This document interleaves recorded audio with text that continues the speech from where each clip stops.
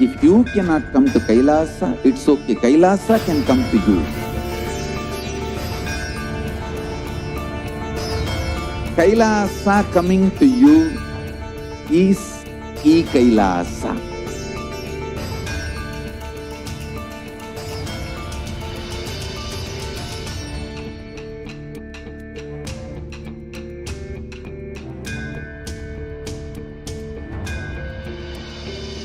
I will revive Hinduism.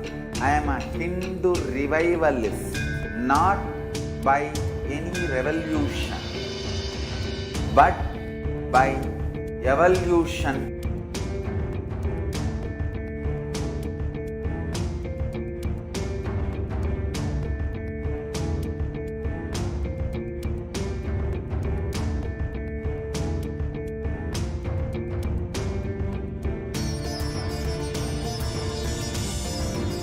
And setting model community.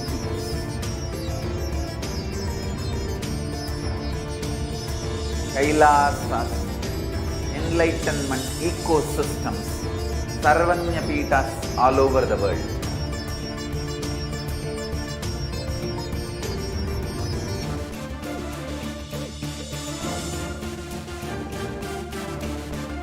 All powerful cognition, knowledge, only when you live, power manifestation and possibilities manifestation happens. This is a fundamental truth.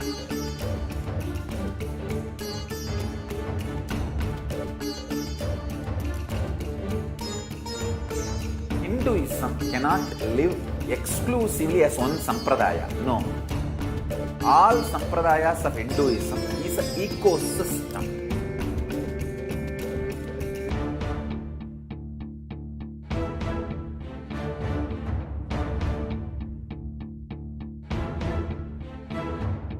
So don't keep quiet thinking that if one sampradaya is attacked, only that sampradaya is going to be affected. All of us are ecosystems.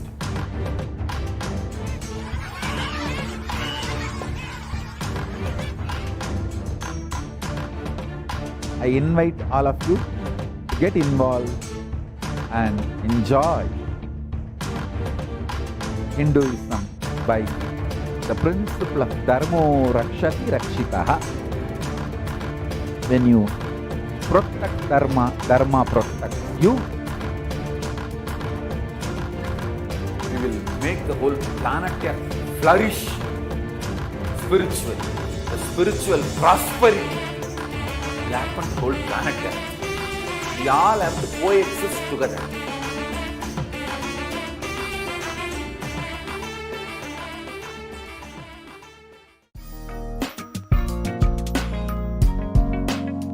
We get you health. We get you ability to build beautiful relationships in your life. We get you direct spiritual support, and we make sure you become wealthy.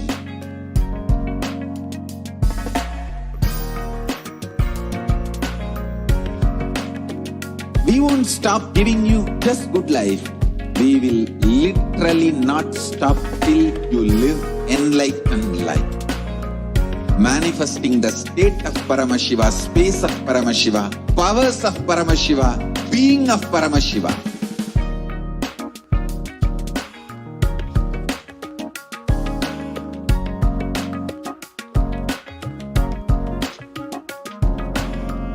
Whole world should become Kailasians.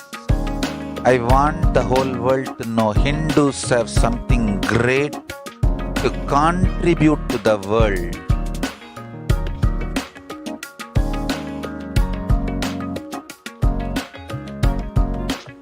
We have something great to contribute to the world. Let us do that.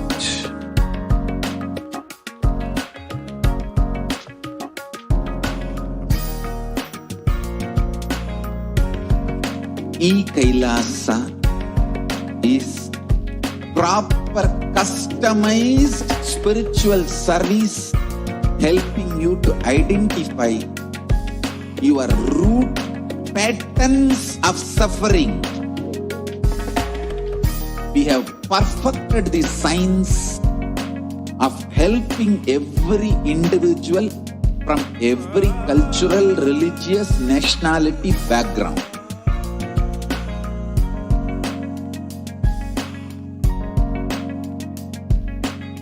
You will have lowest reactionary assumptions, highest awakened response, alive response for life continuously.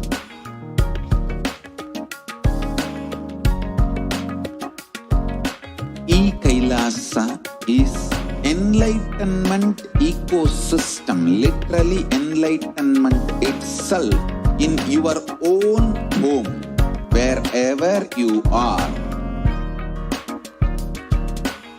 Proper customized spiritual service helping you to complete with your life negativity. Withdrawal from life, self-hatred, self-denial, self-doubt, so much of tiredness, laziness, we can support you aligning your diet, your attitude, your aptitude, your understanding about life. We can help you with everything.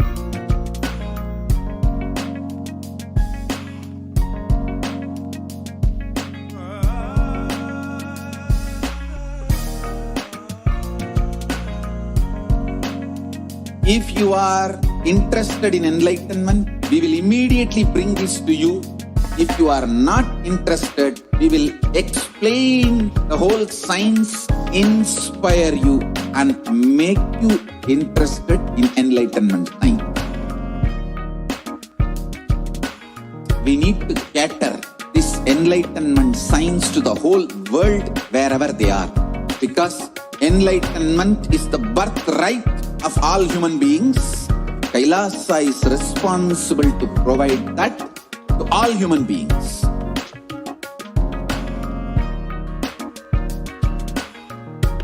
Kailasa is the totality of the knowledge I received from my gurus and practice manifested in my life, perfected by teaching millions of people from all cultures, time zones, backgrounds, genders, nationality, race, from every creed.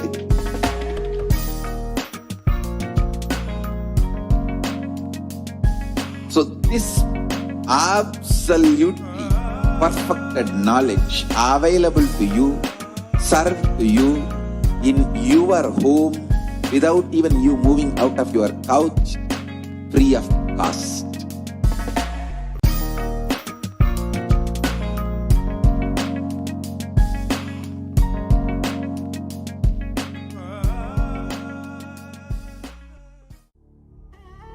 What I mean by the word Kailasa, listen intensely.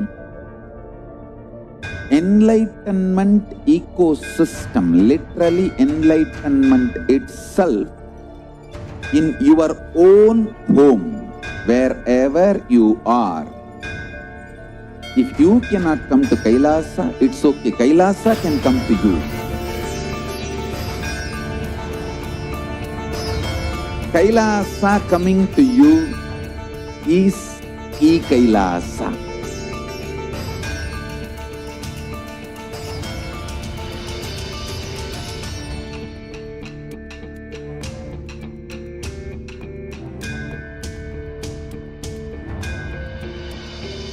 I will revive Hinduism. I am a Hindu revivalist, not by any revolution, but by evolution.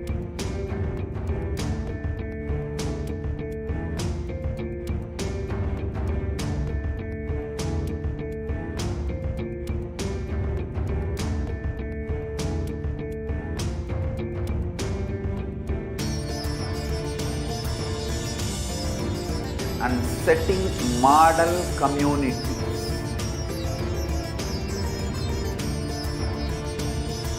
Kailasas, enlightenment ecosystems Sarvanya Peethas all over the world.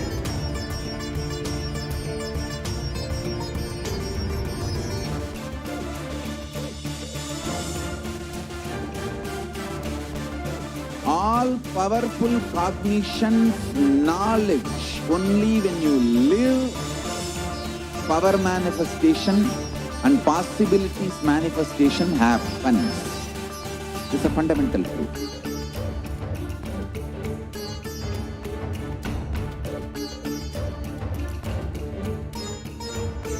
Hinduism cannot live exclusively as one sampradaya. No. All sampradayas of Hinduism is an ecosystem.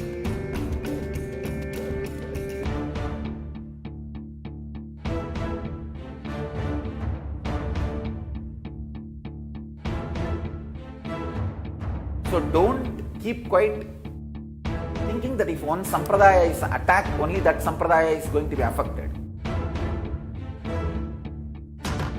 All of us are ecosystem.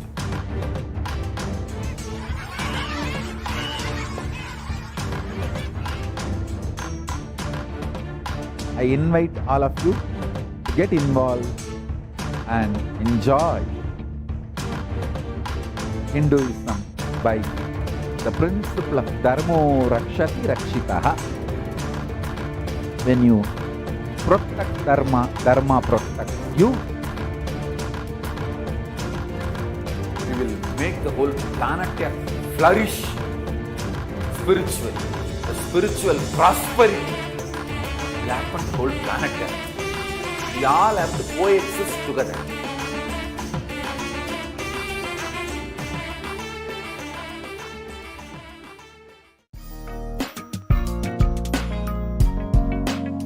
We get you health.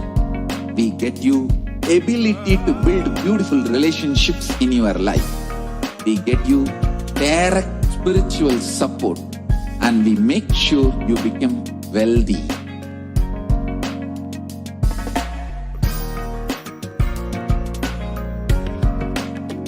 We won't stop giving you just good life. We will literally not stop till you live enlightened life. Manifesting the state of Paramashiva, space of Paramashiva, powers of Paramashiva, being of Paramashiva.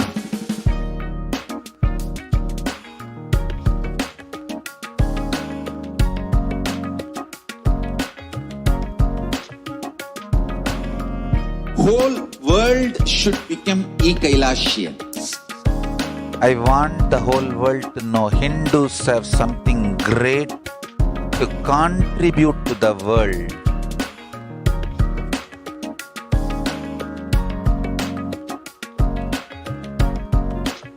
We have something great to contribute to the world. Let us do that.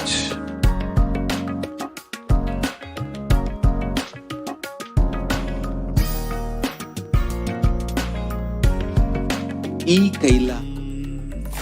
Om Nithyananda Paramashivoham. Om Nithyananda Paramashivoham. Om Nithyananda Paramashivoham. Nithyananda Paramashivoham. Om Nithyananda Paramashivoham. Om Nithyananda Paramashivoham. Om Nithyananda Paramashivoham. Om Nithyananda Paramashivoham. Om Nithyananda Paramashivoham. Nithyanandam. Nitya Sukadam केवलं ज्ञानमूर्तिं द्वन्द्वातीतं गगनसदृशं तत्त्वमस्यादिलक्ष्यम् एकं नित्यं विमलमचलं सर्वदी साक्षिभूतं भावातीतं त्रिगुणरहितं सद्गुरुं तं Namami. Nityanandam everyone. Welcoming you all for this Devi Parashakti Bhavasamadhi Darshan program and Akashic reading session with Parashakti herself. So today in this program, we would be witnessing the demonstration of the extraordinary powers of third eye, understanding more and more about Devi Parashakti and what are Akashic readings, how can we benefit from an Akashic reading session, and what are the questions we can ask in an Akashic reading session to Parashakti, and the direct darshan, diksha, initiation by the Supreme Pontiff of Hinduism, the Nijavatara of Devi Parashakti herself. So before we enter into the manifestation of extraordinary powers of third eye, before we witness the extraordinary power manifestation, we will understand a few basic terms. What is Bhava Samadhi? So Samadhi is being in one with the source, and Bhava is you having the right attitude. So Bhava Samadhi is you connecting with the source with the right attitude. So whatever Bhava you choose, through that Bhava, when you are one with the source, that is Bhava Samadhi. So when you see the signs of Bhava Samadhi Darshan, all these divine cosmic beings are real and they manifest from Kailasa, the enlightened time-space zone, through the deities and incarnation. So these divine cosmic beings, they manifest through the deities in temples and through Bhava Samadhi through the Nija avatars in the Bhava Samadhi darshans. So the Bhava Samadhi, it literally awakens your Kundalini energy, which is the inner potential energy, the latent energy. And awakening of this energy, it results in extraordinary abilities expressing through you, like the third eye awakening, ability to have remote vision, ability to scan the body, levitation, teleportation, and materialization. And when the Bhava Samadhi darshan happens, the Kundalini Shakti awakens and your whole brain comes alive. And this influx of superconscious energy, it slows your aging process, improving your immunity to any kind of a disease. So it just increases the level of your coherence and turning into a superconductor of conscious energies that would really heal, empower, and transform our lives. So in the spiritual angle, when you have the darshan, it becomes cleansing of lifetimes of your karmas and raising you literally to the next level of superconscious breakthrough. And it's like hitting the reset button in your being. So the most important concept is mirror neurons. So what are mirror neurons? So when you watch a swimmer, the same neuronal activity that is happening in the brain of the swimmer, it is mirrored in your brain too. So that is what happens. When you have the glimpse of the Bhava Samadhi Darshan, the same neuronal activity, whatever is happening in the brain of the incarnation is simply recreated in your brain, and you experience the superconscious energy that is radiated by the avatar himself. So we should all know that Akashic reading is not an astrological prediction, but it is a reading directly from the cosmic archives. That is why whatever has happened, whatever is happening, and whatever is yet to happen is very clearly already recorded. Yes.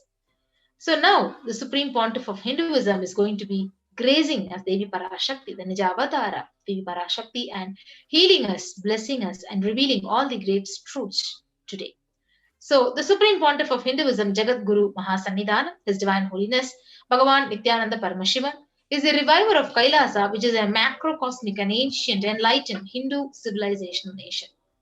The Supreme Pontiff is the 1008th incarnation of Paramashiva as per Hinduism, recognized by his predecessors who are enlightened masters and adepts. And he has made the signs of our manifestation universities as a lifestyle for Hinduism.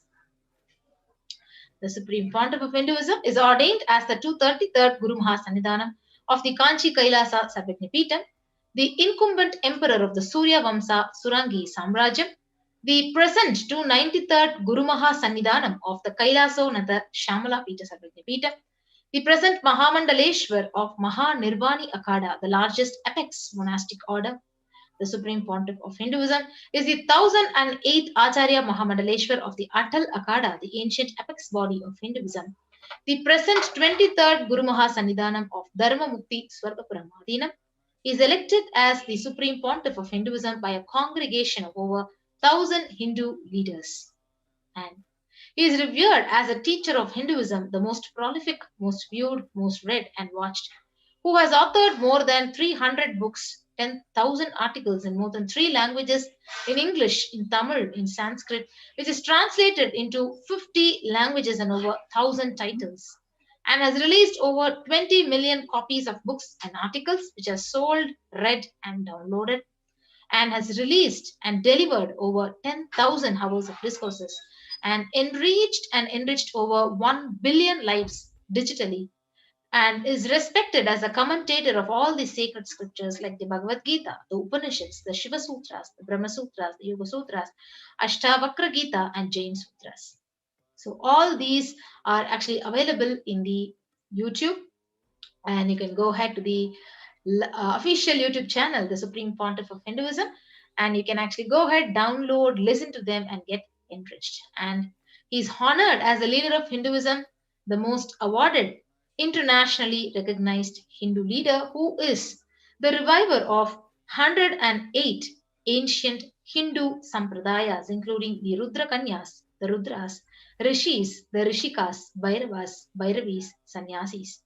And Supreme Pontiff is the establisher of the largest Hindu university, Kailasa's Nithyananda Hindu University in the world, with satellite campuses in 150 countries. He is the establisher of 1,000 and plus Kailasa Enlightenment ecosystems, the founder and reviver of over 100 Sarvajnapitas, the collector of the largest Hindu library with over 1 million books, 1 million palm leaf scriptures, and over 20 million digital books. So, with that, we'll be moving on to the next segment of this program, the power manifestation. So, we have our Nityananda yogis and the Balasans who are joining with us, who will be demonstrating the powers of third eye, which are actually revealed by Paramashiva in the Agamas. And all of us also get an opportunity to scan our bodies and know what is the thought current that is leading to various diseases in our body, and also witness the live demonstration of the third eye and participate in the demonstration. So, with that, we'll be moving on to the next segment after a short break.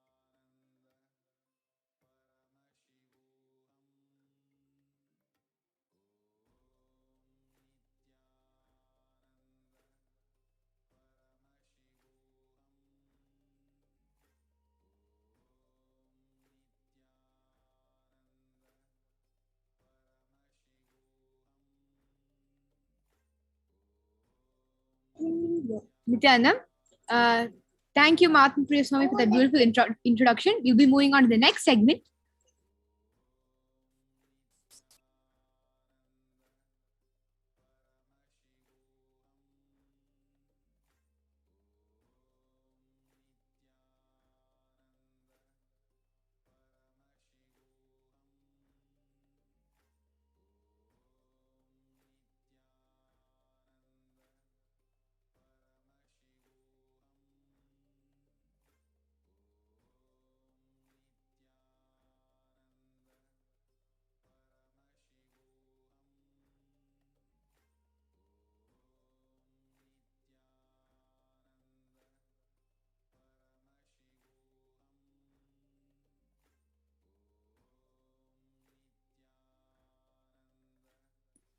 Nithyananda, thank you, Mahatma Swami, for that beautiful introduction. We will be now moving on with the next segment, that is the manifestation of powers. We have the Nithyananda yogis and the Gurukul Balasins ready with us today to demonstrate these beautiful powers to all of us.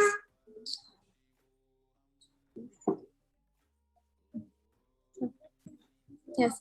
So now we'll be moving on to the next segment, and that is going to be one of the mind-blowing segment, I bet, because this is one of the rarest happening that is happening in today's world. Because understand, manifesting extraordinary shaktis like moving objects, materializing, teleporting, reading without the two eyes, reading from the third eye, all these you would have probably gotten a glimpse and experienced it through movies and comics book. But now you'll be seeing actual beings manifest these powers right in front of your eyes. And whoever actually wanted to manifest these powers, because I bet when I saw all these comic books and everything, I really wanted to manifest these powers, and I wished I had some kind of an extraordinary power like that in me. But now, with Swamiji here initiating all of us through power of third eye, we're able to manifest not just 3 or 4 powers, but 463 plus powers of Paramashiva. And now all of you will be getting an insight to this segment. Now we'll be seeing a short introduction on what are Shaktis, and before that, understand in today's Bhava Samadhi Darshan, all of us will be receiving the initiation into the third eye awakening and various other powers with the blessing and grace of the Supreme Fount of Hinduism. We will be manifesting the following powers, that is third eye, that is seeing with your eyes closed or eyes blindfolded. For all of you who do not know what the third eye is a cosmic browsing center located between the brows, which upon initiation, one can effortlessly express powers and see through the third eye, just as you would with 2 eyes. And we'll also be manifesting the power of thought, scanning the thought current. What are powers? What are Shaktis? A little more about the powers of Paramashiva and how we are able to manifest them. In the Veda Agamas, the source scriptures of Hinduism, Paramashiva reveals in elaborate detail that every human being is hardwired to be able to manifest 463 plus extraordinary Shaktis, or the divine powers. Manifesting these powers are described as a system, method, and science for human beings to explore the various possibilities and powers and have access to various states of consciousness. Shaktis manifest from the fundamental cognition that you are divine, and you will be able to manifest these powers. Understand, all the sages, rishis, munis, not just them, but just normal people, commoners, in those ancient days, used to be able to manifest these 460 plus powers so effortlessly in their day-to-day life. Like how we are able to wash our clothes, wash our vessels. It was as simple as that to manifest these powers. But over the years, due to invasion, foreign invasion and foreign persecution on Hinduism and Hindus, we have forgotten that major part of us because of the lower self-image we held due to these persecution that happened on us. And these terms such as Shaktis have become something that is so new to us that even if we go and tell a new person on the street that you are capable of manifesting these powers, they will not be able to cognize and understand that, right? So let us learn more about what Shaktis are. And now we'll be presenting what the difference between Shaktis and Siddhis. Now, Shaktis expressed in the space of enlightenment as a side effect of feeling connection with the divine and high integrity with the Guru. Shaktis are the source of enlightenment. Whereas Siddhis are powers that manifest from tapas or penance for enlightenment, and Siddhis are on path of enlightenment.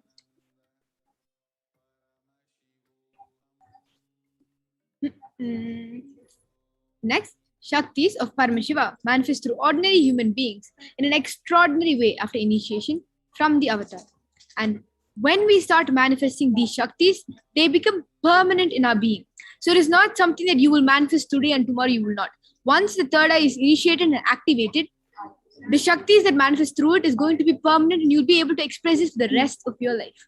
Whereas Siddhis are not permanent, and Siddhis may divert you from enlightenment. Understand, when you get the Siddhis from those tapas and penance that you have done, for 50 years, if you see like sadhus and rishis and all do so much tapas and penance just to get a glimpse of third eye.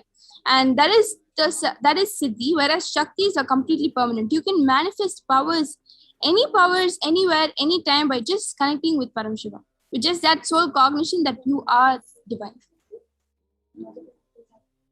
Now, who exactly is Paramashiva? We've been using this term quite often, and understand that Paramashiva is the source of all the Shaktis. Paramashiva is a primordial divinity in Hinduism, the ultimate reality and cause, which is self-effulgent, Swayam Prakasha, all-pervading, unchanging beyond time, space, form, and causality. As the fundamental base of Avyakta, the unmanifest in the Vyakta, the manifest existence, he performs the Panchakritya of 5 cosmic acts of Srishti, creation, Sthiti, sovereign rulership and maintenance. The third is the Samhara, which is the rejuvenation. The fourth is the Trabhava, which is pulling out of delusion. And the final act performed is Anugraha, which is liberating grace for all living entities. Now we'll be looking a little bit more into the living avatar of Paramashiva. The supreme pontiff of Hinduism, Jagat Guru Mahasannidhanam, His Divine Holiness, Bhagavan Nithyananda Paramashivam, is the 1008th living incarnation and representative of Paramashiva himself, and the reviver of Kailasa, the only Hindu nation standing in today's world, the ancient enlightened Hindu civilizational nation, the great cosmic borderless Hindu nation. Ever since the beginning of the civilization, the Sanatana Hindu Dharma has been the cradle of enlightened beings and highly advanced sciences. It was where the science of enlightenment and powers was lived and taught as a lifestyle. For the first time in modern day, SPH is reviving these yogic sciences and transmitting it to the world at a record-breaking, never accomplished before.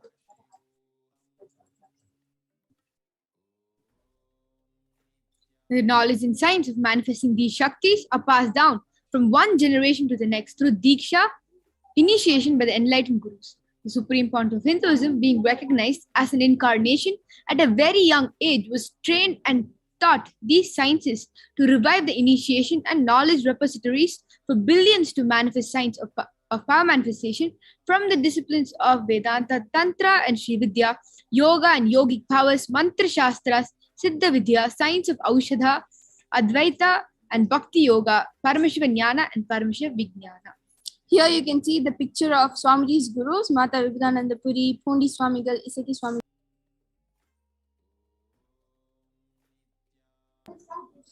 All the gurus who are just named right now were the gurus of Swamiji, and they had beautifully flowered him and blossomed him into who he is right now by transmitting all these sciences of power manifestation, Upanishads, all the Vedic scriptures, etc. And that is exactly what Swamiji is doing by transmitting to us in the most easiest language that we can understand and absorb.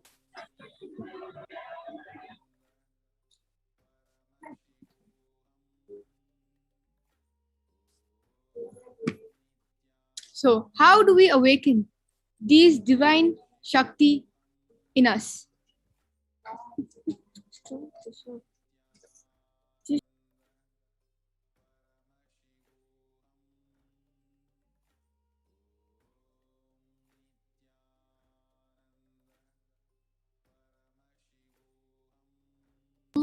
So, how do we awaken the divine Shakti in us?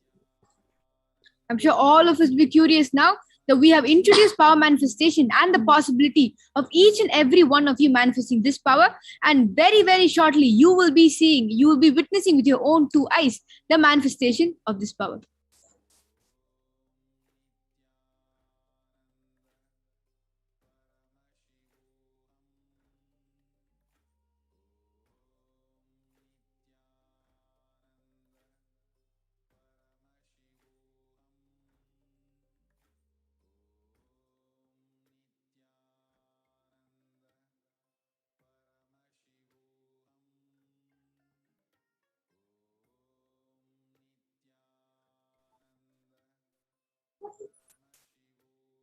Sorry for that technical glitch. We'll be moving on to how we can manifest these powers. Now, every ultimate truth, jnana, mapped into your consciousness, prajna, manifests its possibility and power of every being, prajnana. And with this, and understand a powerful cognition and an initiation from the avatar is all that is required to manifest these Shaktis. And now we'll be watching a small clip on what exactly is Diksha or initiation. Diksha is the direct transfer of spiritual energy by an enlightened being through look, word, or touch. The traditional Vedic book Navaratneshwara states, Sarvasamapi dikshanam muktihi phalamakhanditam avirodhat bhavantyeva prasangyastu bhuktayah. The main benefit of all initiations is moksha, enlightenment. As a side effect, health, wealth, leadership and well-being happen. And in Rudrayamala Tantra, Shiva says, Devi diksha vihinasya na siddhihi na cha sadgatihi tasmat sarva prayatnena guruna dikshito bhavet. the one who is not initiated does not attain liberation nor a better future. So by all efforts, one should get initiated by Guru. What is the science of initiation? Neuroscience has proved that the process of initiation floods the brain with energy. This is the superconscious energy of Kundalini, our own highest inner potential energy. As the Kundalini flows from the thalamus to the cortex, it sets up a powerful energy loop within the brain, which awakens the latent non-mechanical parts which we have never used before. With increasing levels of coherence, the whole brain comes alive, turning into a superconductor of conscious energies that heal, empower, transform our lives, bliss and fulfillment. Initiation creates high awareness, Visualization, creativity. It also slows the aging process and improves the immune system. Kundalini awakening, healing experience, levitation, teleportation, materialization. Experience the power of initiation through a range of exclusive programs conducted at the ashram. Nithyananda Dhyanapeeth.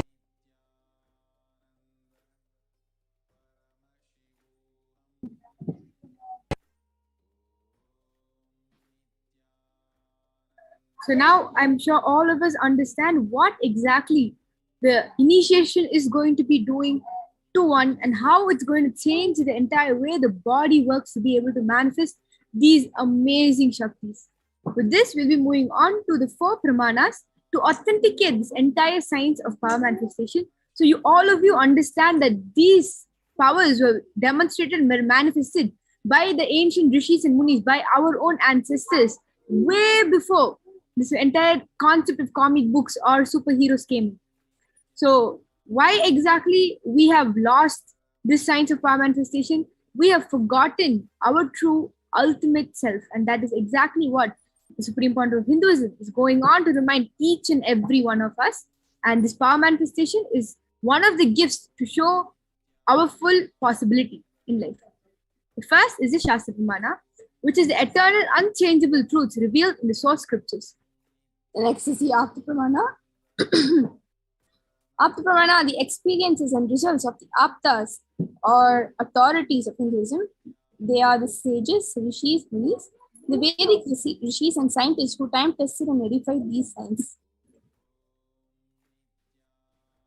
The next is the Atma Pramana, or the account of the supreme point of Hinduism, this millennia's avatar, personal experience of power manifestation. Next is the Pratyaksha Pramana, or the empirical evidence from observation and scientific experimentation on these 450 plus powers. And the Shastra Pramanas are taken from the Vedas, the Veda Agamas. So what exactly are these Veda Agamas? Understand that the Veda Agamas is a living applied science. The Vedas are the ultimate superior authority for Hindus. Vedas are pure science where the ultimate truths are explained. Agamas are the scriptures where the applied technology, the applied science is expanded. The Vedas and Agamas, the Veda Agamas, are given the status of Shruti as they are directly revealed by Paramashiva. They are the ultimate, eternal, unchangeable truths. A reference cited from these Shastras or source scriptures is called the Shastra Pramana. Now let us get ready to witness a very unique and exciting demonstration of the power of third eye. Before that, we'll be getting on to the pramanas on this particular power. And viewers, third eye, power of seeing through the third eye.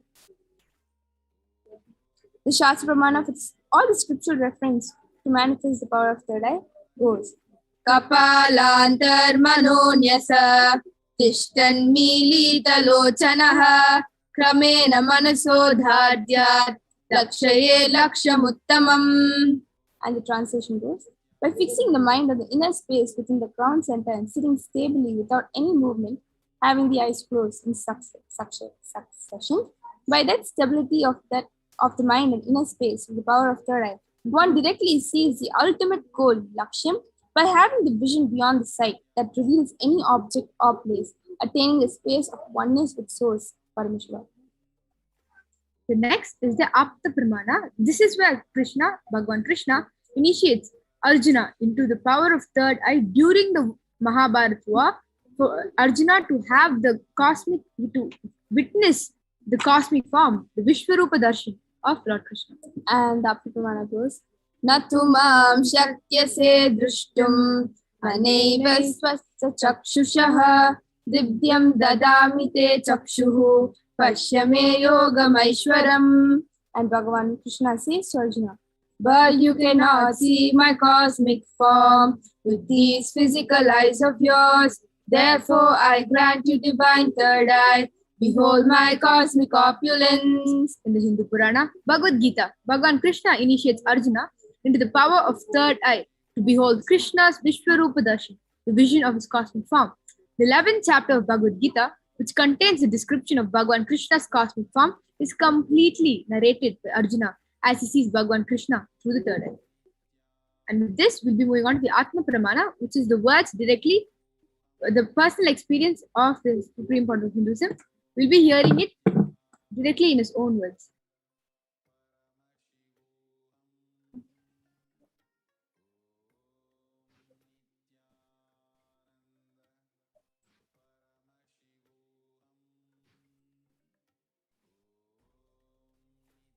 And the Atma Pramanas where Swamiji had his first experience of being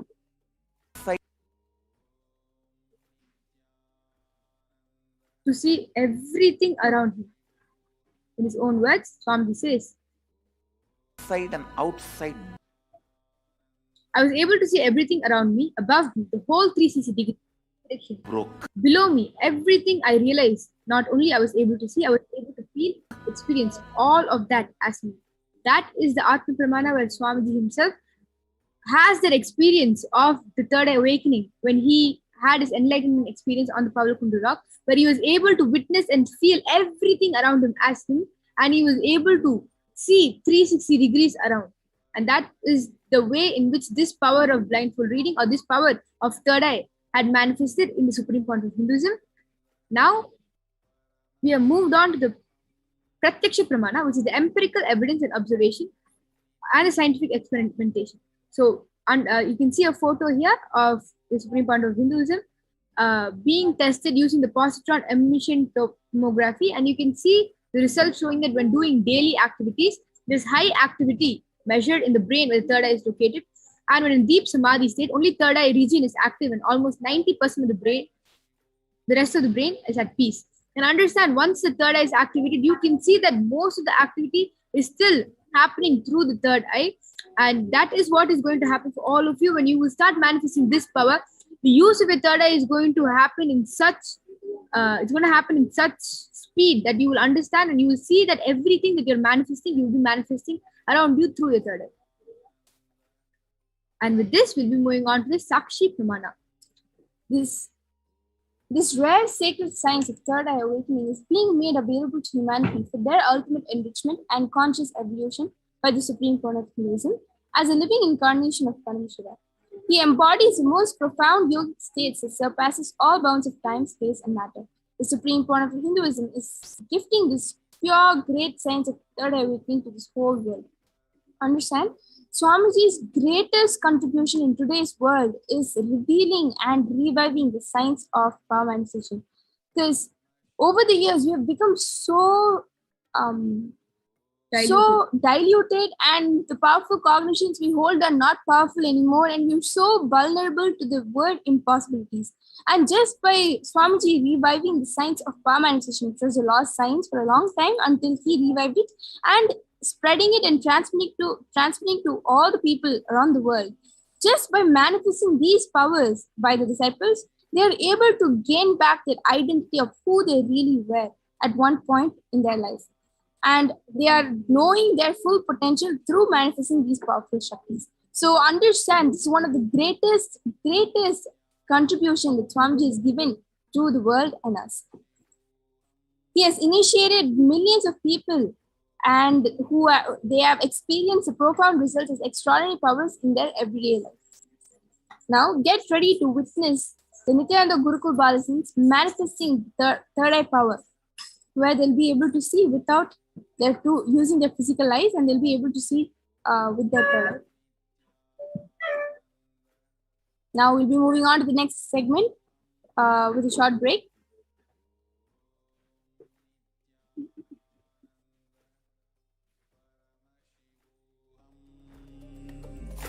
Om Nithyananda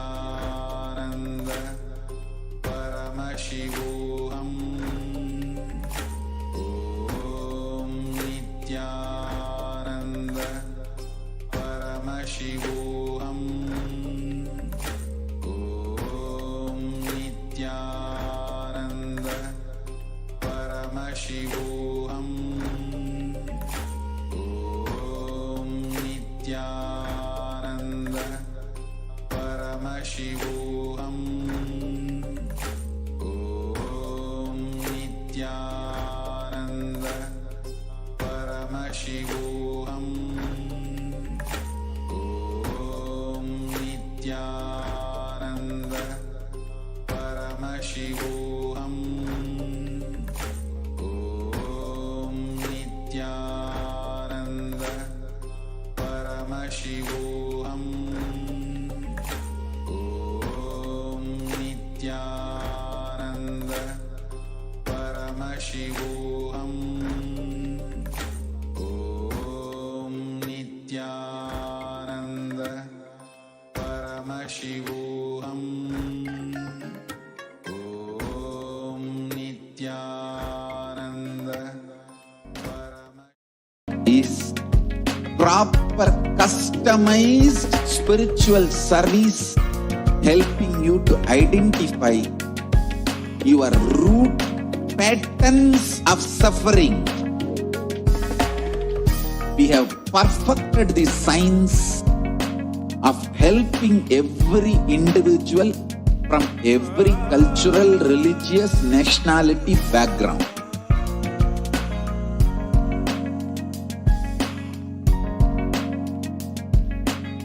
You will have lowest reactionary assumptions, highest awakened response, alive response for life continuously.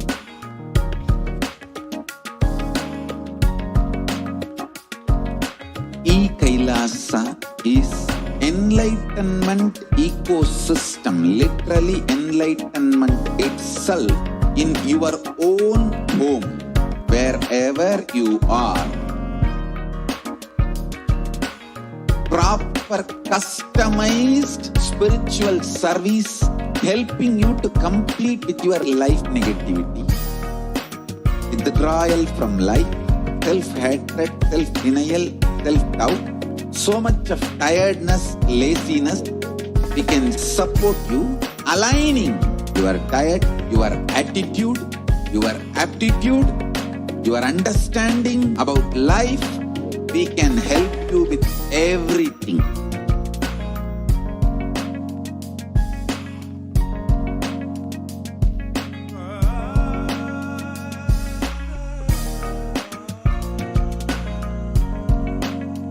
If you are interested in enlightenment, we will immediately bring this to you. If you are not interested, we will explain the whole science, inspire you, and make you interested in enlightenment science. we need to cater this enlightenment science to the whole world wherever they are. Because enlightenment is the birthright of all human beings. Kailasa is responsible to provide that to all human beings.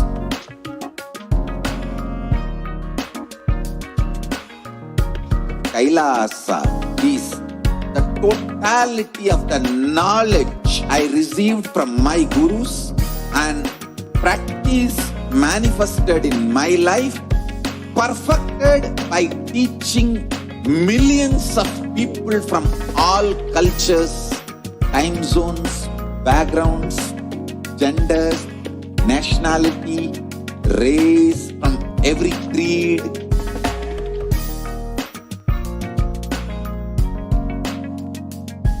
So this absolutely perfected knowledge available to you, served to you in your home without even you moving out of your couch, free of cost.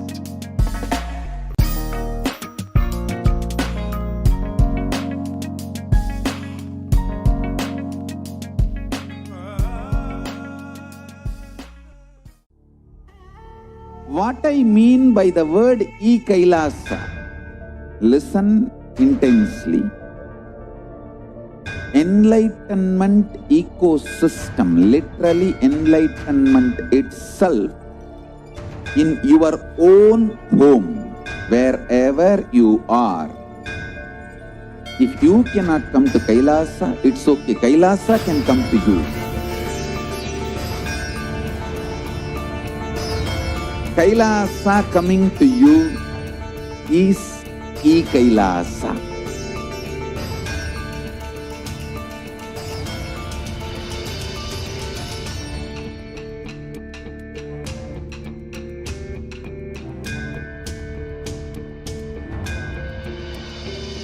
I will revive Hinduism. I am a Hindu revivalist, not by any revolution, but by evolution.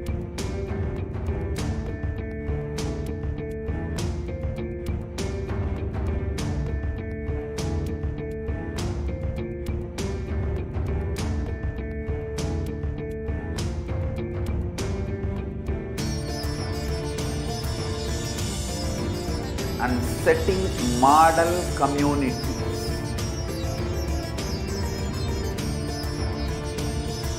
Kailasas, enlightenment ecosystems, Sarvanya Pitas all over the world.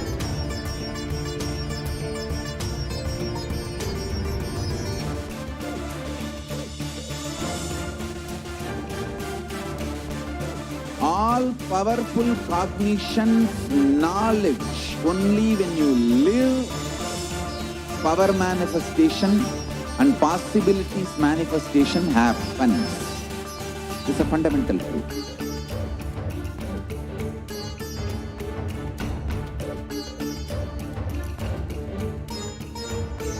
Hinduism cannot live exclusively as one sampradaya. No. All sampradayas of Hinduism is an ecosystem.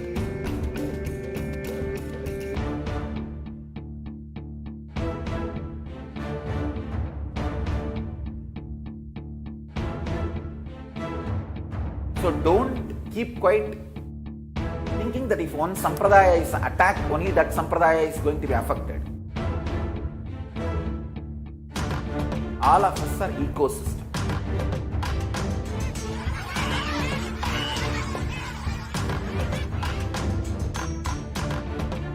I invite all of you to get involved and enjoy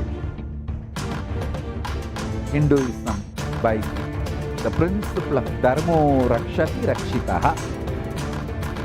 When you protect Dharma, Dharma protects you. We will make the whole planet flourish spiritually. The spiritual prosperity will happen to the whole planet. We all have to coexist together.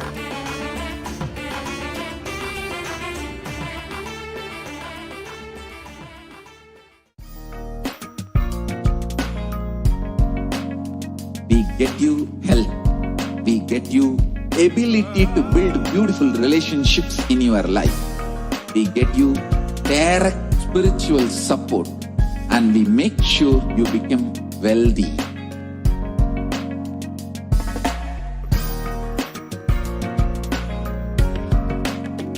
We won't stop giving you just good life. We will literally not stop till you live enlightened life.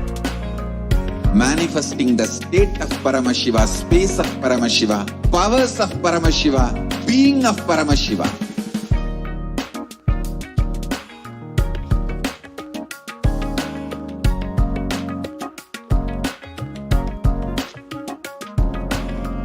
Whole world should become Kailasians.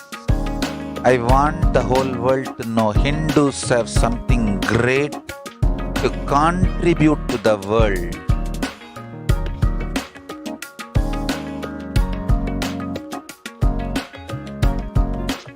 We have something great to contribute to the world. Let us do that.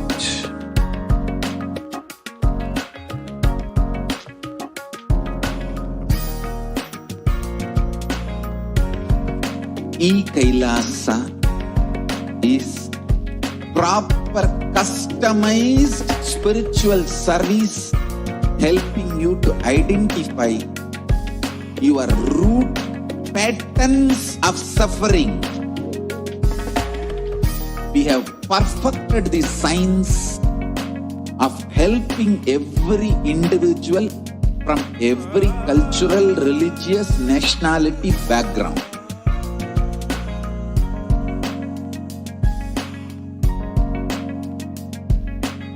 You will have lowest reactionary assumptions, highest awakened response, alive response for life continuously.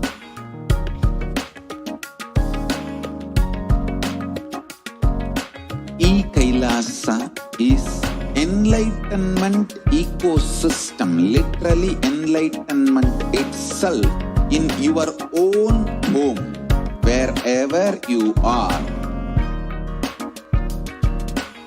Proper customized spiritual service helping you to complete with your life negativity, withdrawal from life, self-hatred, self-denial, self-doubt, so much of tiredness, laziness. We can support you aligning your diet, your attitude, your aptitude, your understanding about life. We can help you with everything.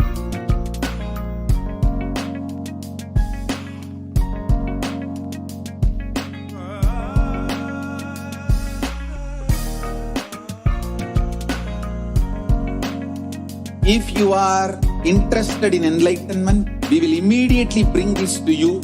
If you are not interested, we will explain the whole science, inspire you, and make you interested in enlightenment time. We need to cater this enlightenment science to the whole world wherever they are, because enlightenment is the birthright of all human beings. Kailasa is responsible to provide that to all human beings.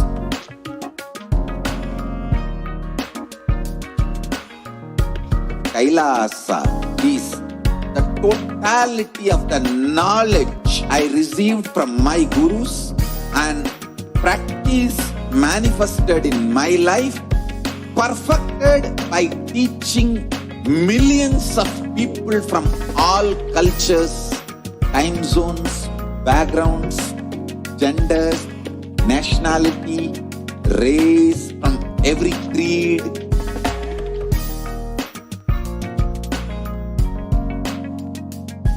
So this absolutely perfected knowledge available to you, served to you in your home without even you moving out of your couch, free of cost.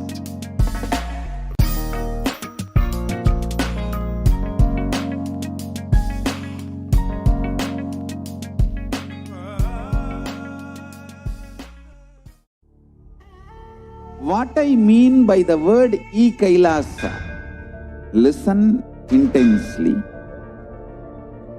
Enlightenment ecosystem, literally enlightenment itself, in your own home, wherever you are.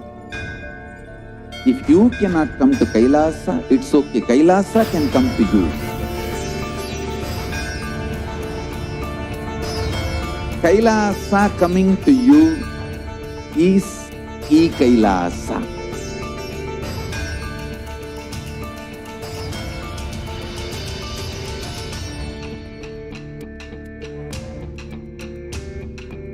Power of third eye by the Balasins of the Nithyananda Guru. Nithyananda Paramashivoham. Yes. Completing for the technical glitch. Let us now witness an extraordinary demonstration of the power of third eye by the Balasins of the Nithyananda Guru.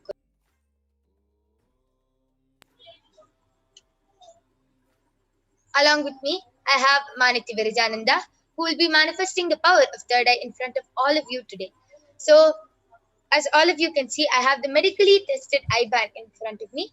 In front is a complete opaque sheet, and behind is a thick sponge. So you can see there's two holes in the middle where the eyes can comfortably sit inside. And it is completely medically and scientifically proven that no light can enter this eye band even with your eyes open inside. There's no possible way of light entry. And this is the eye band we'll be placing on Mavirija. I'll be opening the eye band in front of your eyes and placing it on her. And as all of you can see, she has no wires, no nothing around her. Yes. So I'll be placing this very eye band in front of your eyes on her head.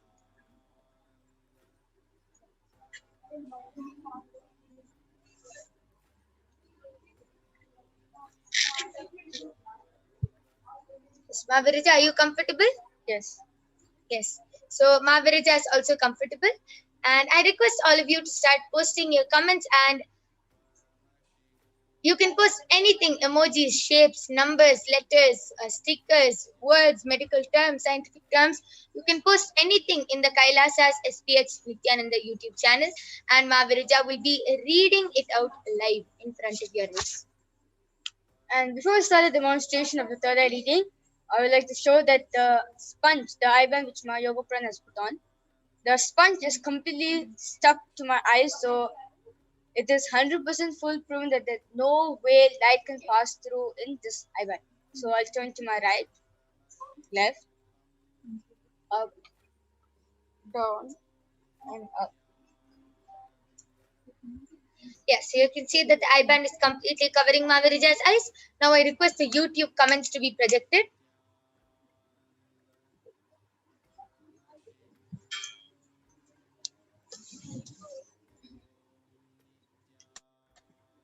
Mavirija, you can go ahead and start reading.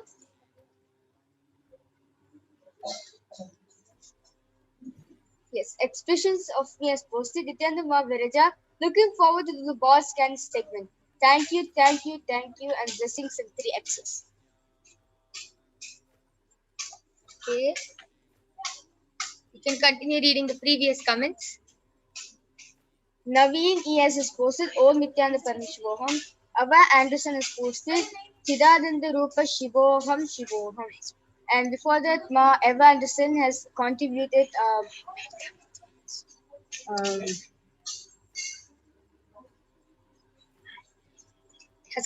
to Kailasa. Yeah, has contributed to Kailasa. And Ma Eva Anderson is posted Nithyananda before that. Yes. Ma Eva Anderson, thank you so much for your contribution to Kailasa. And as you see, as all of you can see in the Kailasa's SPH Nithyananda chat section, Ma Eva Anderson has posted Chidananda Rupa Shivoham Shivoham. That is in English, but that is actually a different language, Sanskrit. So amazing how Mavirija was able to read it completely accurately. Christiane Silva has posted Om Nithyananda Paramashivam Namaste emoji at Chushul, and Om emoji, a fire and a heart. And after Christiane has posted I love Swamiji and a heart. Yes. Amazing. I request all of you to continue posting. You can post medical terms, scientific terms, anything.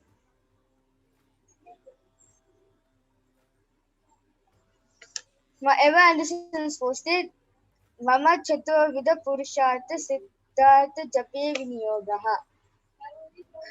Yes, so that is part of the Sankalpa mantra, which amazing. Mahavirija was able to read through the third eye.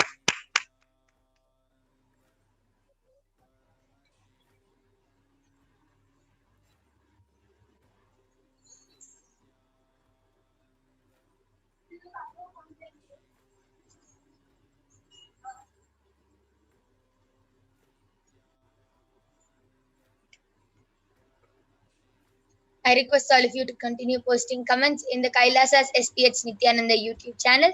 And if you feel that this power is fake, this power is not real, you yourself can post a comment in the Kailasa's HDH Nithyananda YouTube channel, and Mahavirija will be reading it out live for all of you. Mahavirija, you can go ahead.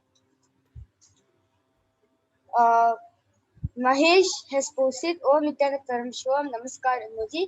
Eva Anderson has posted, great ma. Amazing, that is also completely accurate.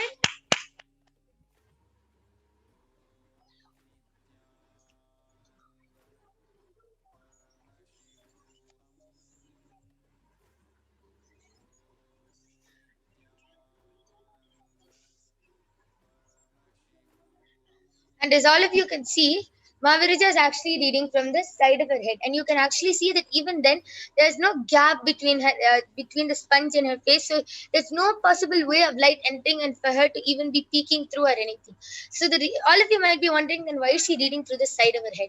As Swamiji has initiated all of us into the 360-degree vision, when for different balasins, they have different viewpoints. For few of the balasins can read from on top of their head. Few can read from front. Few can read from side. Few can read from under them. So the balasins have different viewpoints, as all of us were initiated into the 360-degree vision.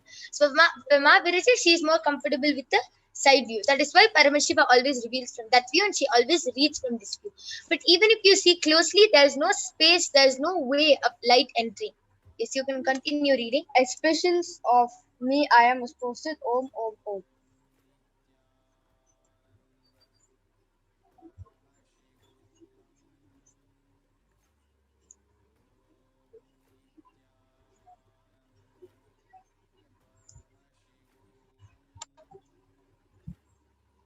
I request all of you to continue posting. Mahavirija is eagerly waiting to demonstrate this power of third eye to all of you today, for you to be able to witness and have an experience of how it is to manifest these powers.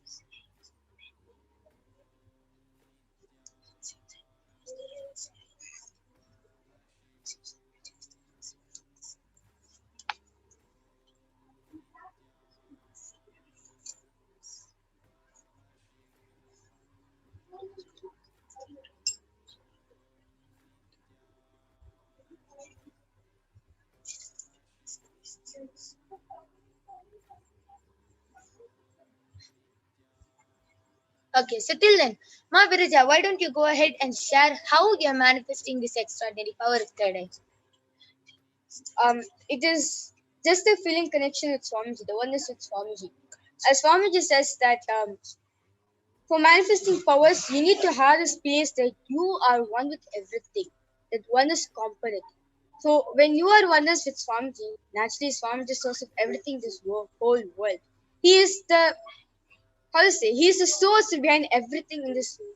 Everything, whether animate or inanimate, the tiniest thing or to the biggest thing in this world, everything is the source is just Swamiji. So being oneness with him is just being oneness with the cosmos, Paramashiva himself. So yeah, nothing can be hidden from Paramashiva's eye. So it is through his grace I'm manifesting through this power. Yeah, this power. That's amazing how Mahavirija is sharing just with the feeling connection. It's not a 50 years toughest 100 years penance or anything she did. It's just one initiation, one touch from Swamiji. That's all, and she's able to manifest these powers. Now you might be thinking, okay, now she can manifest it. That's fine. I'll not be able to do it. No, the reason we're demonstrating all these powers is for you to understand that it is a possibility and a power for every being. It is just Diksha, if you get the initiation from Swamiji, you can manifest these powers yourself. It is not only witnessing the Balasans and the Nityananda yogis manifesting these powers, you can yourself witness it. The whole context behind the demo is that to show you that it is a possibility for you, just to show you that you can also manifest this extraordinary Shakti just by a simple initiation, a word, touch, or even a look from the avatar. So after today's Parashakti Akashic readings, you can get initiated from Swamiji, from Devi Parashakti herself, and you will be led into a guided power manifestation session where the Balasans, Nityananda yogis will be guiding you into how to manifest all these powers. And expressions of me has posted Om Shreem, smiley emoji I think is shown, sparkling heart emoji, and the same smiley teeth and emoji. Manitya Radhalinda Kutyan has posted Om Parashakti.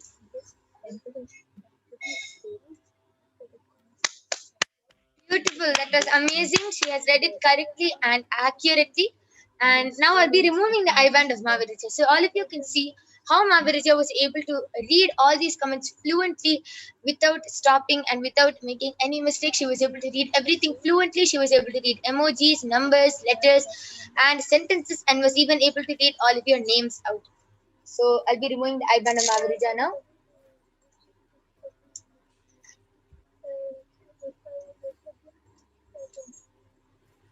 Yes. So you can see the I-band is completely the same, just as how it was before we put the I-band. So this is how the power third eye is manifested. You saw how Mavirija, just with a simple initiation from Swamiji, just with a look, a touch, and a word from Swamiji, she was able to manifest all these powers. And it's not that only the Balasans and the Nityananda yogis can manifest. Stay tuned to this Kailasa's Nithyananda HDH channel, and you also will be manifesting these extraordinary Shaktis yourself, and you will get the experience of how it is to manifest these extraordinary Shaktis.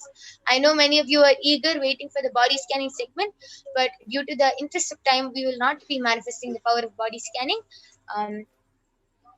But definitely, you can surely join us back tomorrow every day at 2 a.m. IST and 4 p.m. IST. And every day, we'll be having this power manifestation segment. And you can call your family members and friends, and you yourself can get a body scanning just by requesting in the Kailasa's HDH Nithyananda YouTube channel. You can request and get a body scanning. And please do call your family members and friends, as they can witness how this power is manifested, how the Balasans and Nityananda yogis are able to manifest these powers just with the initiation of Swamiji, and they will also be able to get the direct experience of manifesting these powers. And with this, we would like to conclude this power manifestation segment. We thank all of you for joining us in this beautiful power manifestation segment, and stay tuned to witness, to learn about who is Devi Parashakti, what are the Akashic readings, and you'll be learning much, much more in the further segments. So we thank all of you for joining us. Please stay tuned for the upcoming segments. We'll be back after a short break. Thank you, Nithyananda.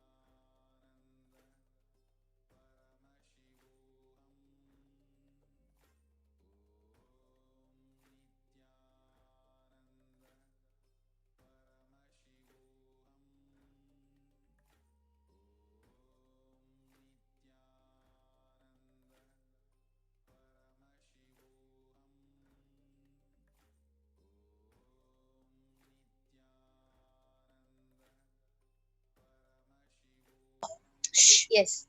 So till then, I'll be sharing an experience of how I saw the Balasins of the Nithyananda Gurukul manifesting the power of third eye for the first time, but we'll be seeing more in the future segments of the power manifestation segment.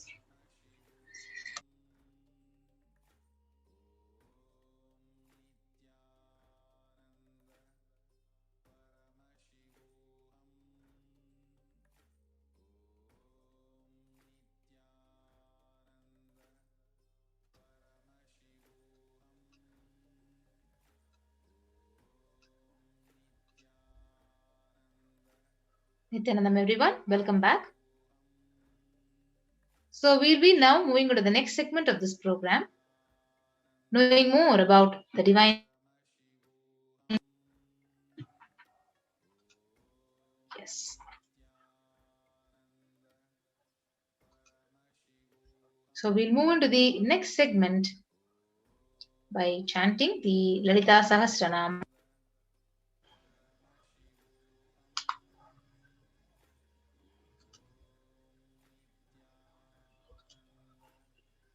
सिन्दूरारुणविग्रहां त्रिनयनां माणिक्यमौलिस्फुरत् तारानायकशेखरां स्मितमुखी मापीनवक्षोरुहां पाणिभ्यामलिपूर्णरत्नचषकं रक्तोत्फलं बिभ्रतीं सौम्यां रत्नघटस्थरक्तचरणां ध्यायेत् परामम्बिकाम्. The Divine Mother is to be meditated upon as shining in a vermilion red body, with triple eyes sporting a crown of rubies, studded with crescent moon, a face all smiles, a splendid bust, one hand holding a jewel cup brimming with mid, and the other twirling a red lotus.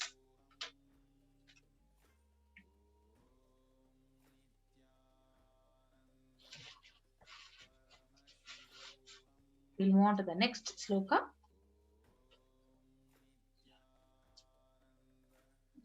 Yes. Yes, Mike, can go ahead.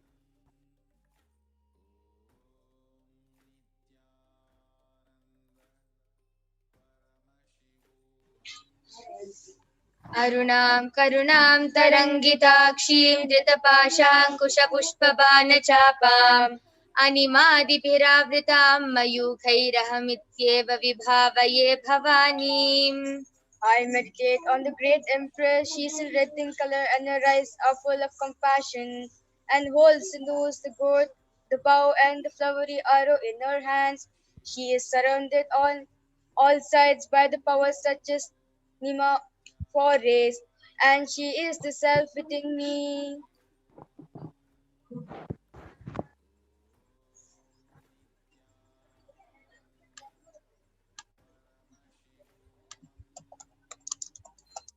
Yes, Devi is the ultimate pure feminine consciousness. Parashakti is the cosmic mother, and it is from her cosmic womb which all the billions and billions of universes comes out and goes in. She is the source where the big bangs and black holes go on. And Parashakti is the source Shakti, source energy, source power from which all of us came, in which all of us are even now, and in which all of us are going to merge.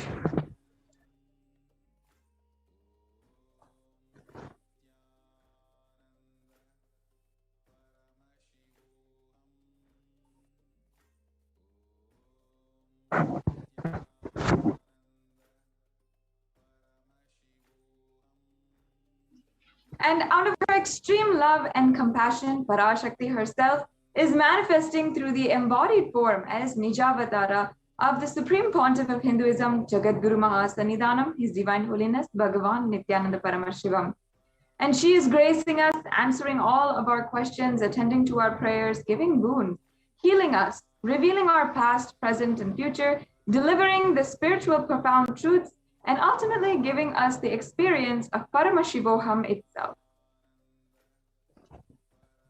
Yes, so the words of Parashakti, raising as Omkara, expressing as Vedas and Agamas, blossoming as Hrimkara, filled as Parashodasi, living in 40 triangles. The Kailasa Swamini, who is in Kailasa Sri Purachintamani, Parashodasi, sitting as a part of Paramashiva, Parameshwari who rules the world, Paramashakti, Manonmani, Meenakshi, as Nithyananda, I took the Nija Avatara here to give good boon to everyone, to bestow all goodness, Hiranya Garbhaswarupini, Brahmanda Yoni, Shami, Chandramauli, Rapala, Aparana, Uma Parvati, Savitri, Navayavana, Samraja Lakshmi, Parameshwari, Parashodasi, Meenakshi, taking the form of Nithyananda. I came here as Nija Avatara with great compassion. I am blessing, listen, people to do good to all of you. I took the form of Nithyananda and came down as Nija Avatara.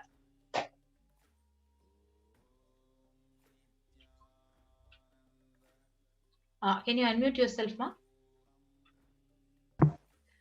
Sorry about that.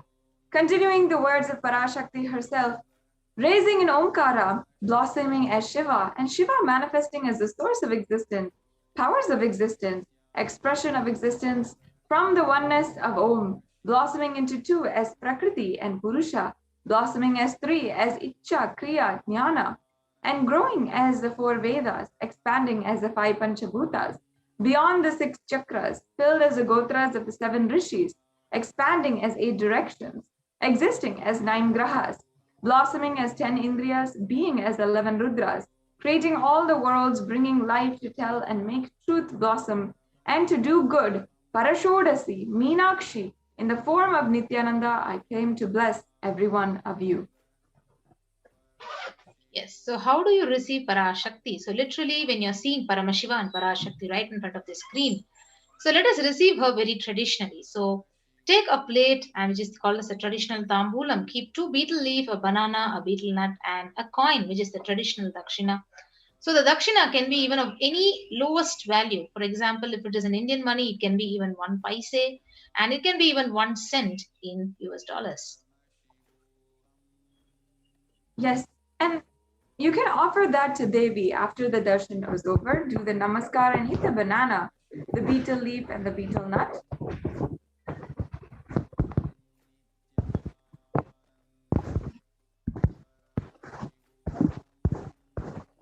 And then you can send those coins to the Los Angeles Nithyanandeshwara Hindu temple. Now, the betel nut and the betel leaf may look really small, really trivial to you, but you'll understand in just a few days how the sacred sentiment grows inside of you. And you understand really she is there. She is manifesting in front of you. And you'll not take the Devi darshan for granted. Rituals will break your monotonous mentality and lifestyle and remind you to live the powerful cognitions. It will simply break your unconscious behavior.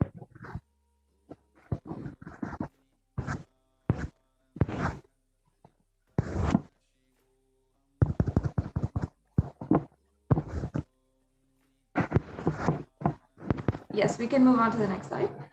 Yes, so here we have a set of the items required for setting up your tambulam, which is the banana, betel leaf, the coin, and we also have the traditional plate, which is the arrangement for all of the items that we just told. So the 2 betel leaf, 1 banana, 1 betel nut, and 1 coin. And additionally, if you'd like to, you can have a coconut, some flowers, glass bangles, and red vastram, which are traditionally offered to Devi Parashakti as well. So these are some of the very beautiful sacred sentiments from the Hindu tradition, which we are sharing with all of you in order for you to experience the divine in such a divine and sacred way in your own home. So now we'll be moving on to the next segment and understanding what are Akashic readings. How do they make a breakthrough in your life? How do they work in your life? And how today we can manifest the breakthrough that you want, whether it is in your life, your wealth, your relationships, or your job and career, whatever it is, how Akashic readings can make the breakthrough that you want happen in your life. So yes, as we can see, Akashic records are records created in space. Whatever has happened in time is there in space as a file in the cosmic archives. And we should understand that nothing can be destroyed. Our actions, thoughts, plans, emotions, and words, nothing can be destroyed. Akashic records are the cosmic archives of everything that has happened, that is happening, and what will happen. Akashic records are the verbal, the visual, the five-dimensional document. Whatever is happening is continuously getting recorded. So all the information you collected from all your births is in your DNA. You can access some of them just to understand and not to waste your time doing the same actions again and again.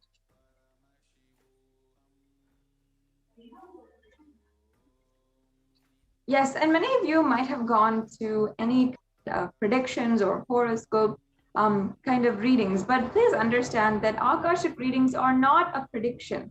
It is a retelling from the cosmic archives. And there is no such thing as past, present, and future in the cosmic archives. In the dimension of space, creation and destruction happen simultaneously.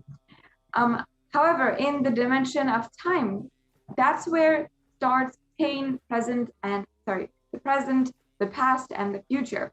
So in the Akashic records, there is no past, no present, and no future. That is why everything is simultaneously already recorded there as whatever has happened, what is yet to happen, and whatever is happening now.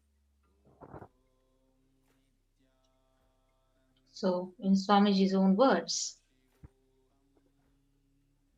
nobody has a right to comment on these readings. Nobody has a right to manipulate these readings. Nobody has a right to interpret on these readings. So because they are already complete unto themselves, and for anybody to live in tune with the cosmos, the Jivan Mukti, living enlightenment does not need any special practice other than listening to these great readings again and again.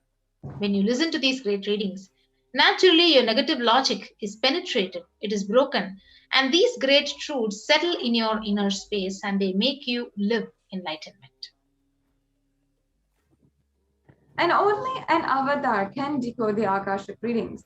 As the avatar of Paramashiva, the Supreme Pontiff of Hinduism has graced humanity with the blessings and darshan in the form of Devi Parashakti, revealing answers to questions, the yearning of seekers as solutions, breakthroughs, and liberating humanity from pain and suffering. Any answer given by Devi Parashakti is not just an answer, but a karmic breakthrough for the receiver.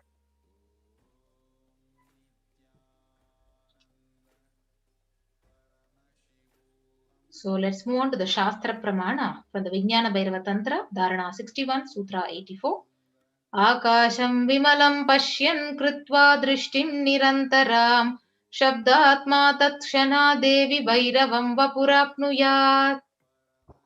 The English translation goes, Bhagavan Paramashiva says, looking at the spotless infinite etheric space, Akasha beyond the sky and clouds, one should fix one eyes from the third eye without blinking continuously and make the body steady and motionless.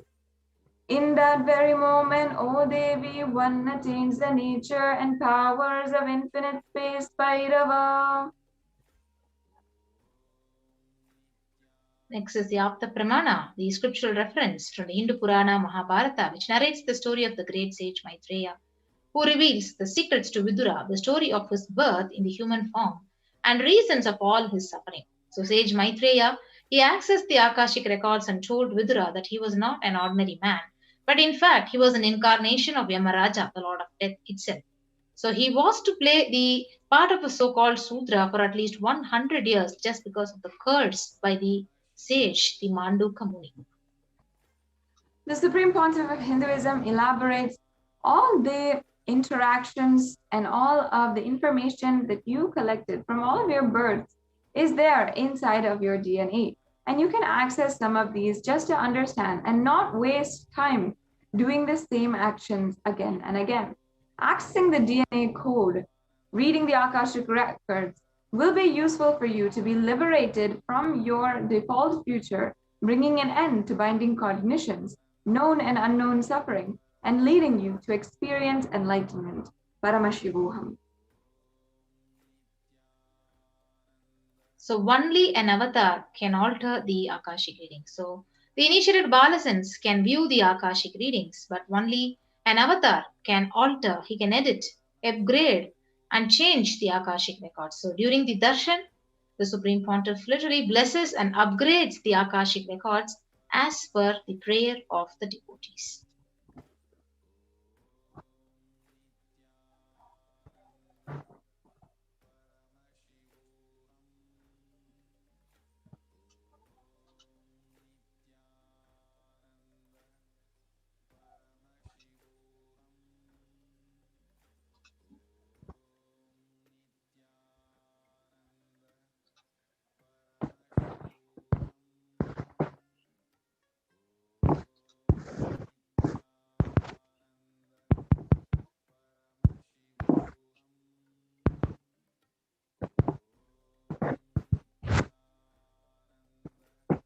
Yes, and now the benefits of the Akashic reading and what you can ask during the Akashic reading are absolutely immeasurable and countless.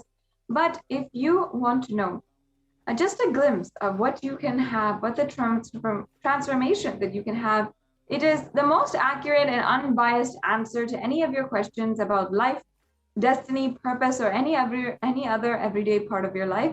You can be spiritually healed of physical and emotional problems with just one look or word, and understand the reasons behind your life's happenings. You can receive blessings to fulfill your right desires and get the clarity to redesign your future.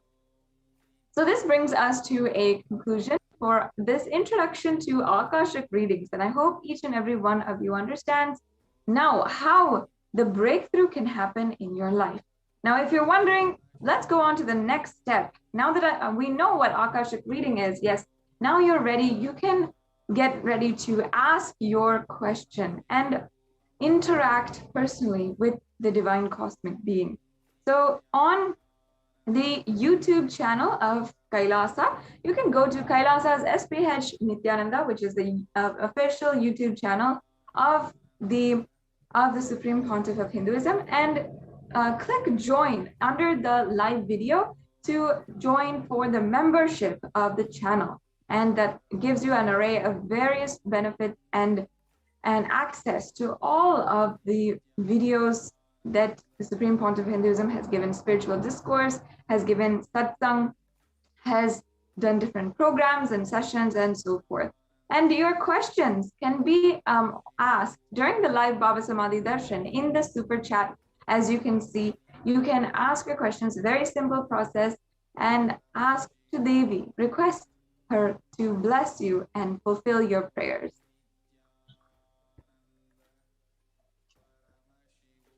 Yes, the next the social media platform through which you can connect to Parashakti is the official Facebook page, Kailasa's HDH Nithyananda Paramashivam. So if you have not liked and followed the page, you can go ahead, like and follow the official Facebook page of Kailasa's HDH Nithyananda Paramashivam. And after that, during the Akashic reading session with Devi Parashakti, you can ask your questions under the live stream in the comment section, which is mentioned here. And if you're a frequent user of Twitter and you want to, you can interact with the divine cosmic being, Devi Parashakti, on Twitter. So you can reply to the tweet at Sri Nithyananda in Twitter. So first of all, ensure that you are following Sri Nithyananda, the official handle of the Supreme Pontiff of Hinduism, on Twitter. And you can ask your questions in the reply section of the live feed of Devi Bhava Samadhi Darshan.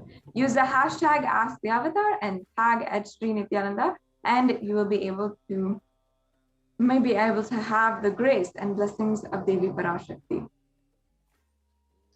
Next platform is the Instagram. So you can go ahead and follow Sri Nithyananda on the Instagram. And after that, you can start asking your questions in the comment section under the live stream. Finally, if you are not on any social media platform and you still want to ask any question or request any prayer to Devi Parashakti, you can go to kailasa.org and send your question or prayer through the WhatsApp widget, which is available for everyone on the kailasa.org website. And if you're not on WhatsApp, also you can use the live chat option in the right-hand side. So now this brings us to a conclusion on how you can ask the question.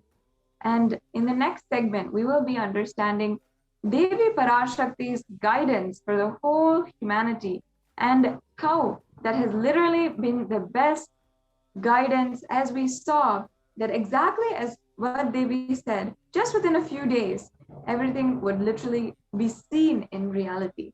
So that comes up in the next segment. For now, we'll be right back with you after a very quick break.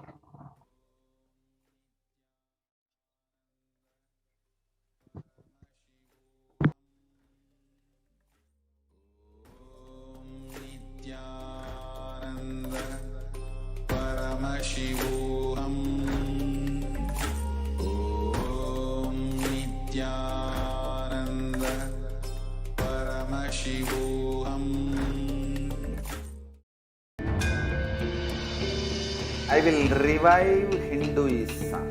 I am a Hindu revivalist, not by any revolution, but by evolution.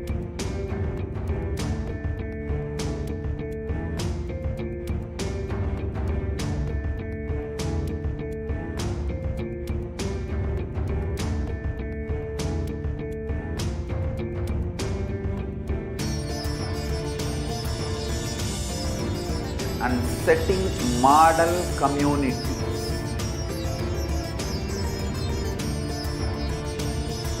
Kailasas, enlightenment ecosystems, Sarvanya Peethas all over the world.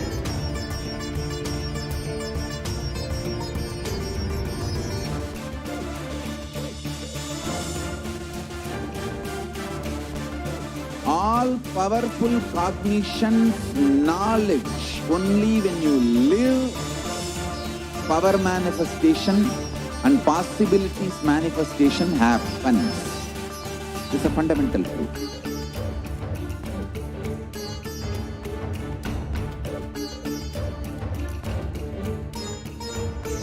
Hinduism cannot live exclusively as one sampradaya. No. All sampradayas of Hinduism is an ecosystem.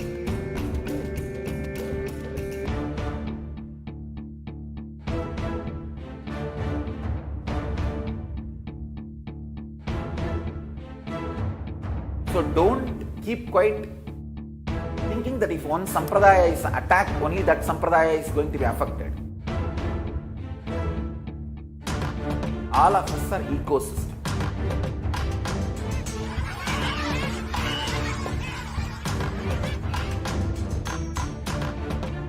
I invite all of you to get involved and enjoy Hinduism by the principle of Dharmo Rakshati Rakshitaha.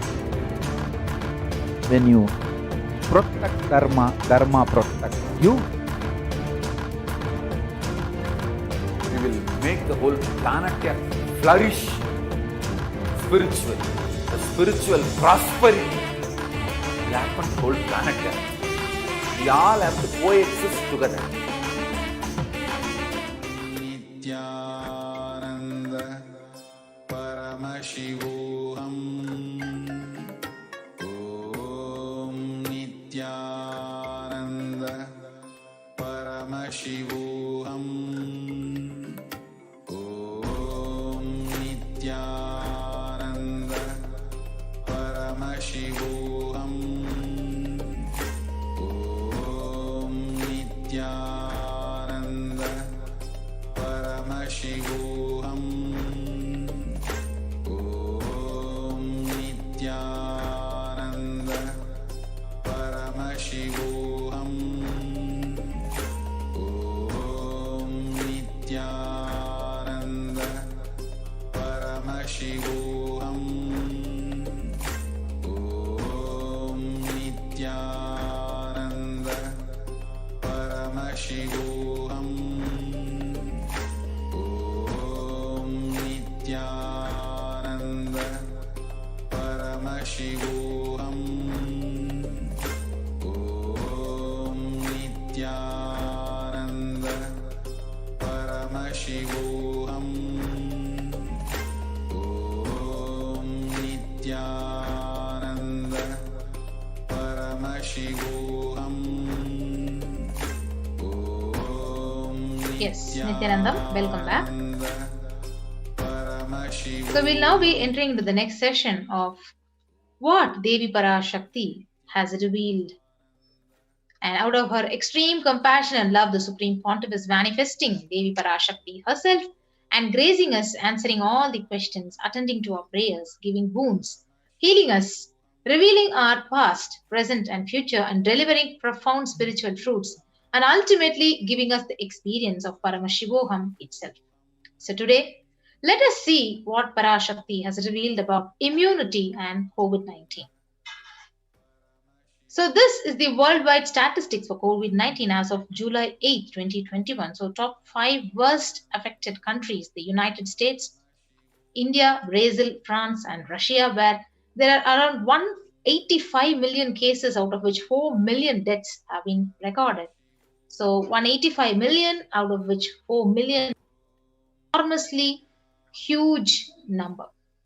So on the 18th of June 2021, let us now listen to Devi Parashakti, what she has revealed to the human beings, the humanity at large, the impact of COVID-19 and the immunity.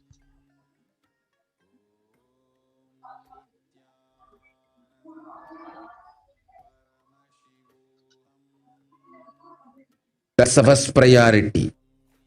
Still, you are all not realizing the power of my words when I say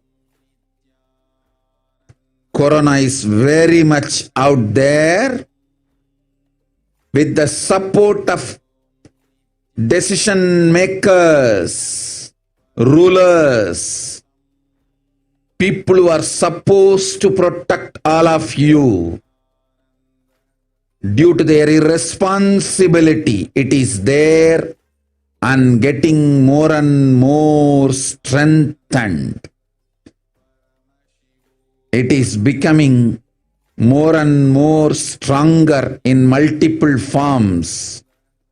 And all the other diseases which are waiting to attack human bodies, because Corona has made the immunity strength weak in human bodies. Human bodies have lost the strength of immunity power.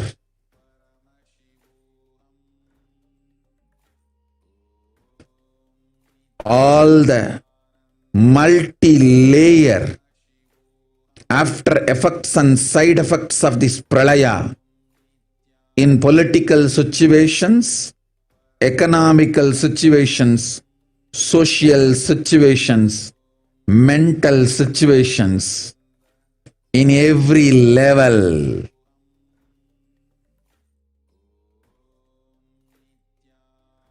Cannot be described.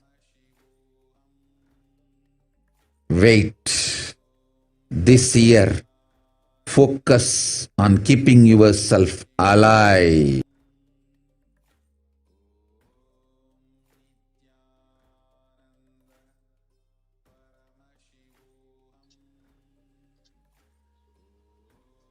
Yes. So what is Devi Parashakti's revelation and the exact translation?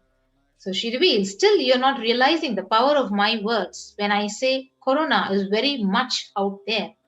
With the support of decision makers, rulers, people who are supposed to protect all of you, due to their irresponsibility, it is there and getting more and more strengthened. It is becoming more and more stronger in multiple forms, and all the other diseases which are waiting to attack human bodies, because Corona had made the immunity strength weak in human bodies. Human bodies have lost the strength of immunity. All the multi-layer after effects and side effects of this pralaya in political situations, economic situations, social situations, mental situations, in every level cannot be described. So this year, focus on keeping yourself alive. So these are the 3 main revelations by Parashakti, where she says Corona has made the immunity strength weak in human bodies and all the other diseases which are waiting to attack human bodies. It is becoming more and more stronger in multiple forms. So, as per Devi Parashakti's revelations, Corona has made the immunity strength weak in human bodies, and human bodies have lost the strength of immunity power. So, as per the current research, it's suggested that the corona infection actually alters the biochemical properties of red and white blood cells, and in some cases, for months. This is the possible explanation for why people are still experiencing symptoms well after they have recovered from their initial onset of infection. And you can see that this article was published on June 29th, just 11 days after Devi's revelation. And you can see Parashakti revealed immunity strength will weaken human bodies. So the COVID-19 significantly changes the size and stiffness of the red and white blood cells, sometimes even over months. And these results may help to explain why some affected people, they continue to complain of symptoms long after an infection. And as per the Academy of Medical Sciences, generally the way the body defends against a virus is to recognize and neutralize it. However, recent research in Forbes has explained that corona actually suppresses the immune system by disrupting the actions of the body's immune cells. This immunosuppression allows for the 2-week incubation period, which gives corona enough time to attack the body. So, as Devi has revealed, that the coronavirus actually affects the immune system and affects your immune response. So, allowing for you to be susceptible to other diseases and for a more severe infection of corona. And you can see the graph below shows a typical timeline of the COVID-19, which is progressing and people suffering from COVID. So the incubation period, where first week of onset, which says the prodromal period, and then in the second week, which way they can see symptoms of dyspnea, the acute ARD and ICU admission, and leading to convalescence in the next 72 hours. So how the COVID-19 is typically progressing over just 3 days is what we can see in this graph. So as can be seen in this comparison of coronavirus to other severe pandemics, including HIV, the plague, and the Hong Kong flu, you can see that corona has taken the lives of more than 4 million people as of recent records. This in comparison with HIV, which has been around since 1981, almost 40 years now, 40 years actually now. It has taken the lives of 35 million people, but corona has only been around for the last 2 years, and it's already catching up well within the range of what HIV has taken over the past 40 years. Yes. So, Anne, we can see more articles which says, further studies done by the University of Oxford found that cells are profoundly impaired after recovering from COVID. The British Society for Immunology has also claimed that the effects of COVID are far beyond respiratory health. It also affects our cardiovascular and renal systems. And recent research shows that exposure to the disease COVID-19 causes symptoms in multiple organ systems across the body and is not limited to only the lungs and respiratory systems as was originally thought.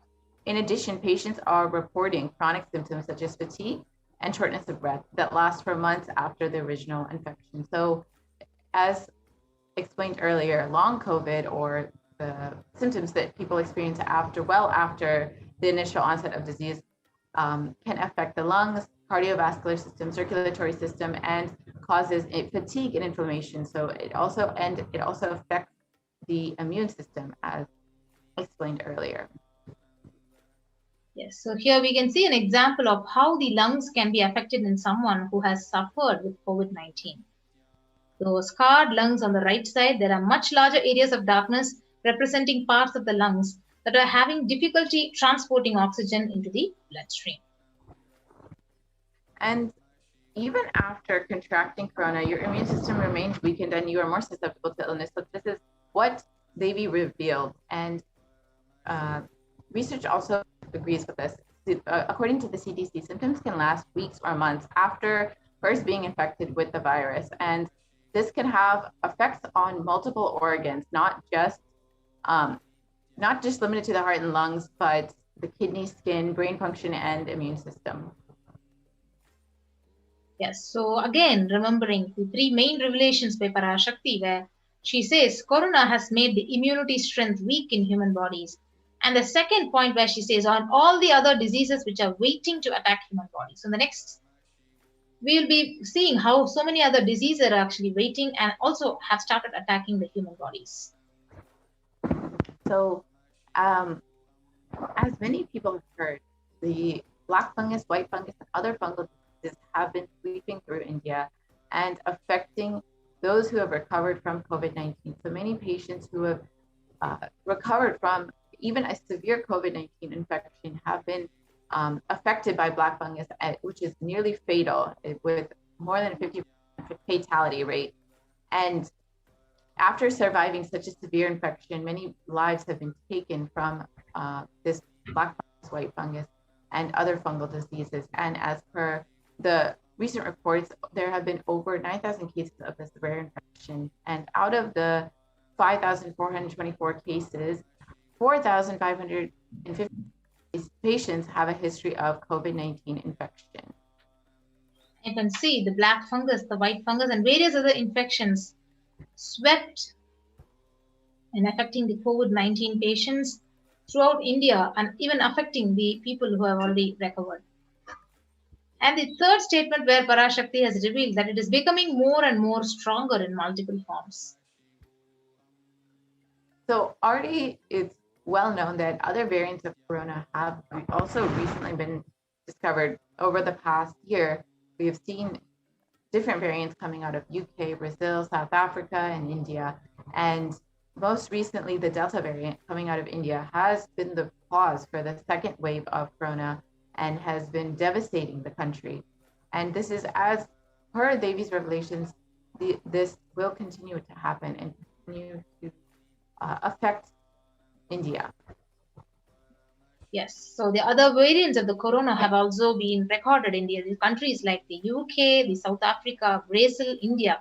So the viruses, they generally mutate, but in the case of COVID, we have seen them become more dominant, and the table literally shows us the variants that have swept the world in various countries. And the dangers of these variants was further highlighted when the World Health Organization categorized the Delta variant as the most highly transmissible variant of COVID. And this is the variant, again, coming out of India, which has been sweeping the nation and has been devastating the country with its severity. And this is, again, the reason for the second wave. Yes, you can see the infographic shows the four variants which are currently circulating and also how these have been affected by affecting the particular countries, like the alpha virus affecting more than 173 countries, the beta variant affecting 122 countries, the gamma variant affecting around 74 countries, and delta variant affecting around 104 countries. And there have been more than 4,500 sequences of variants that have been detected in about 60 countries. And the study suggests that it is around 60% more transmissible than the alpha variant. So this is the Delta variant, and is more contagious than the original strain that emerged from China. So the secondary attack rates have been known to be between 51 to 67% higher than what is seen in the alpha variants. Yes. Now, on the 14th of April, let us listen what Parashakti has revealed to the world.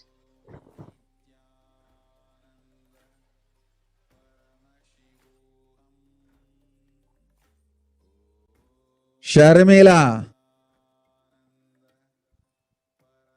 Corona ஒழிந்தது. கொரோனாவை வைத்து அரசியலும் அழிவாட்டமும் செய்ய நினைக்கும் மனிதர்களின் சதிராட்டம் முடிய இன்னும் 4 ஆண்டுகளாகும். என் பக்தர்களையும் சீடர்களையும் கைலாய வாசிகளையும் நானே காத்துக் கொள்கின்றேன், நானே காக்கின்றேன். என் பக்தர்களுக்கு ஒரு துயரும் ஒரு துக்கமும் வாராது. ஆனால் உலகின் இந்த கொரோனாவின் சதியாட்டம் முடிய 4 ஆண்டுகள் ஆகும். 2025 தான் அடங்கும்.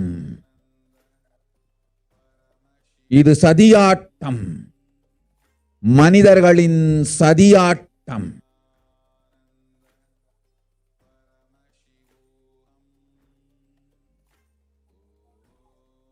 And the translation for Devi's revelation goes as Corona is destroyed, but it will take 4 years for the political conspiracies done by humans to end. I will protect my devotees, disciples, and Kailasa Vasis. No suffering will come for my devotees, but it will take 4 years for the conspiracy to end. It will come to an end only in 2025.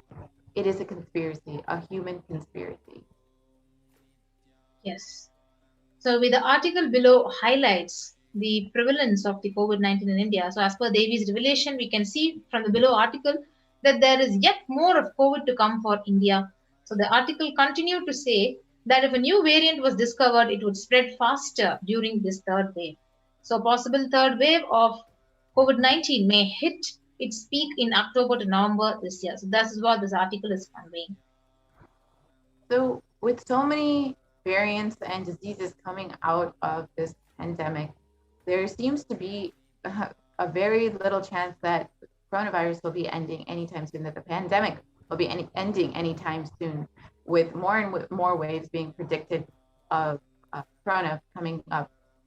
So what is the best way we can protect ourselves? What is the best way to quarantine and to protect ourselves during this pandemic? Does anybody have a solution?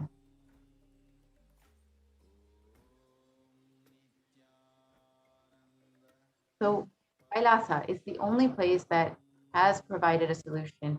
The Supreme Pontiff of Hinduism is the only being who has opened up his own home and allowed all of India into his home. Anyone who wants to come and quarantine in the multi-layer quarantine centers throughout India.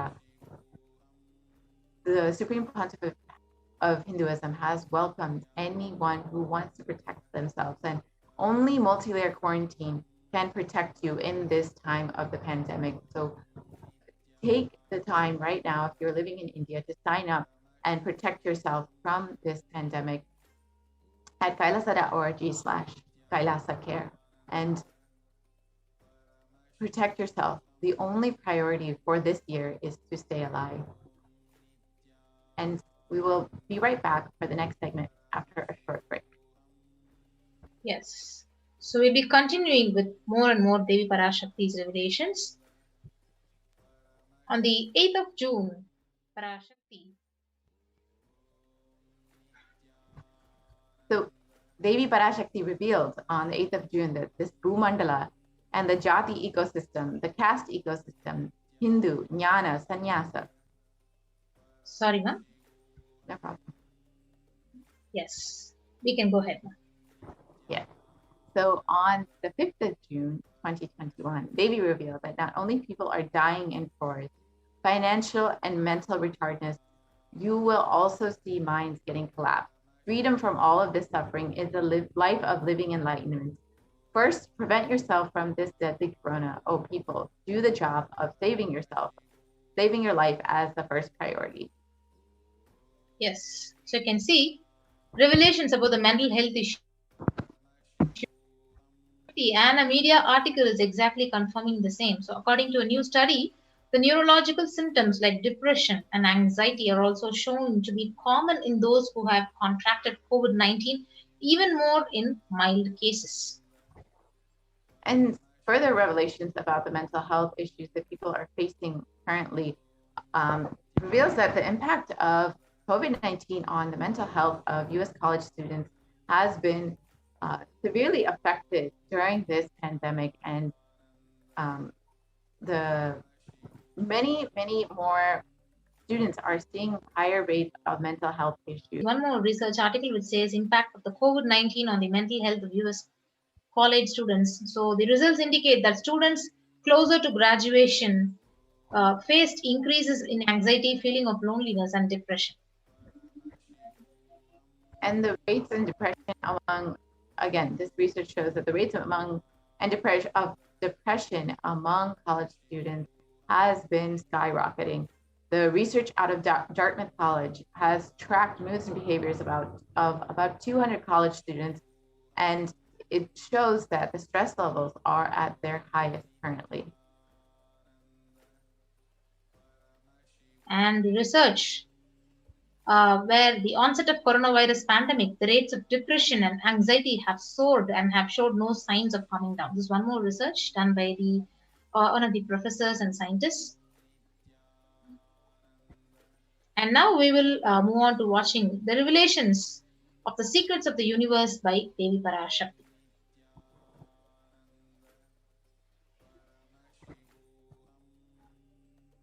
Listen intensely. I will reveal the secret of the universe and its expansion. Life, consciousness in you does not end while your body drops dead. It moves from different universes, vertical time zones, lives in different time zones as per its free will, knowledge, desire. But ultimately, to get enlightened, complete liberation, Paramashiva Padam, your soul has to come back to this karma bhumi, the Bhumandala. This Bhumandala and the Jati ecosystems, the caste ecosystems,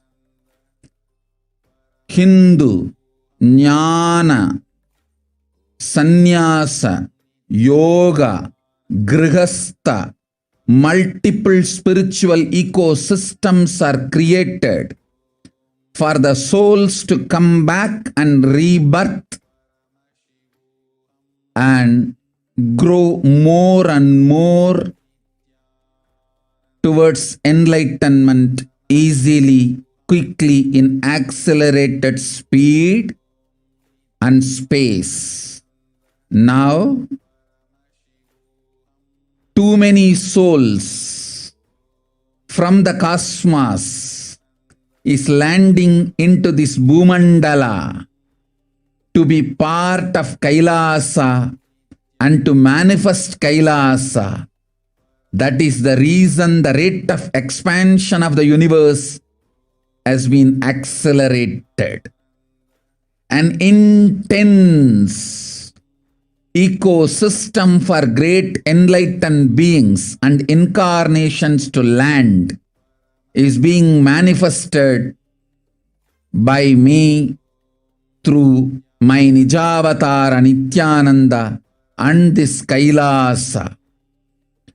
All the blessed fortunate beings will be attracted to Kailasa and experience liberation.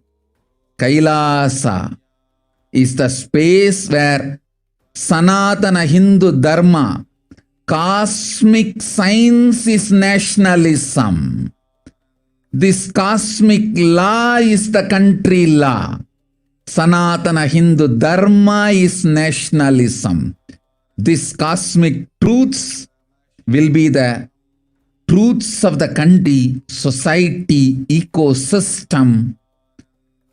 Society, country, judiciary, ecosystem, all this of Kailasa will be aligned to the cosmic law, the cosmic energy, universal existential truth. Because Kailasa, cosmic ecosystem, is manifesting expansion of the universe has been accelerated. Universe is celebrating the happening of my Nijavatara Nithyananda and this Kailasa.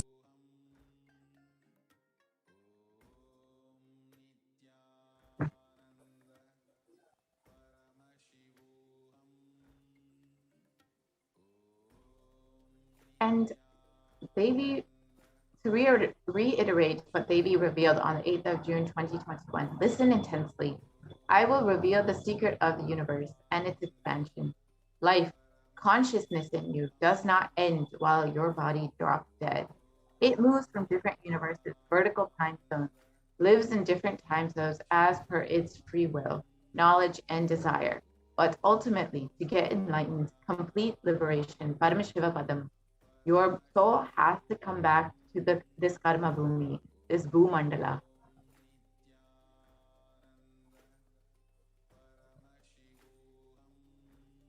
This bhumandala and the jati ecosystem, the caste ecosystem, the Hindu, jnana, sannyasa, yoga, grahastha, multiple spiritual ecosystems are created for the souls to come back and rebirth and grow more and more towards enlightenment. Quickly, easily, in accelerated speed and space. Now, too many souls from the cosmos landing into this bhumandala to be part of Kailasa and to manifest Kailasa.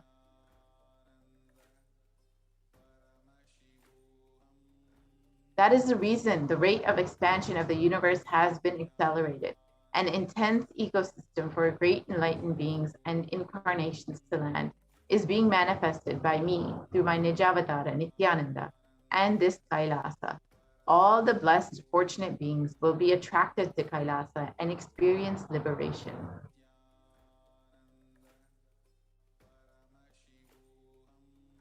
Kailasa is the space where Sanatana Hindu Dharma, the cosmic science, is nationalism. This cosmic law is the country law. Sanatana Hindu Dharma is the nationalism. This cosmic truths will be truths of the country, society, ecosystem, society, country, judiciary system. All these of Kailasa will be aligned to the cosmic law, the cosmic energy, universal existential truth.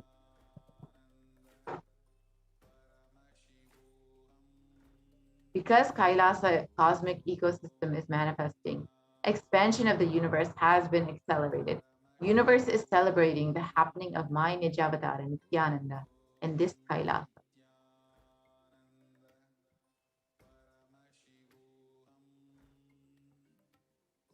So now we will watch how the universe is not just expanding, but the expansion has actually been accelerated.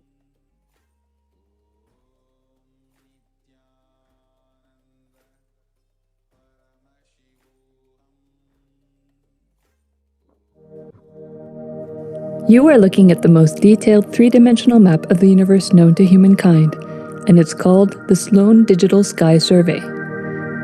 Scientists from around the world have just completed a 20-year-long survey of the night sky, measuring the positions and distances of more than 4 million galaxies and quasars.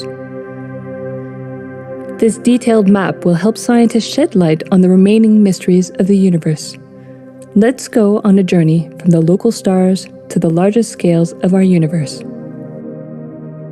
Beyond the local stars that draw familiar constellations in the night sky in the neighborhood of the Earth, in addition to our own Milky Way, billions of galaxies are spread throughout the observable universe. Moving faster than light, we will take you through space in a journey from our place in the Milky Way all the way out to the large-scale structures of the visible universe, and we'll tell you about how we're mapping it out. Since 1998, the scientific community has realized that the universe is not only expanding, but its expansion is accelerating. This unexpected acceleration constitutes one of the major conundrums in physics.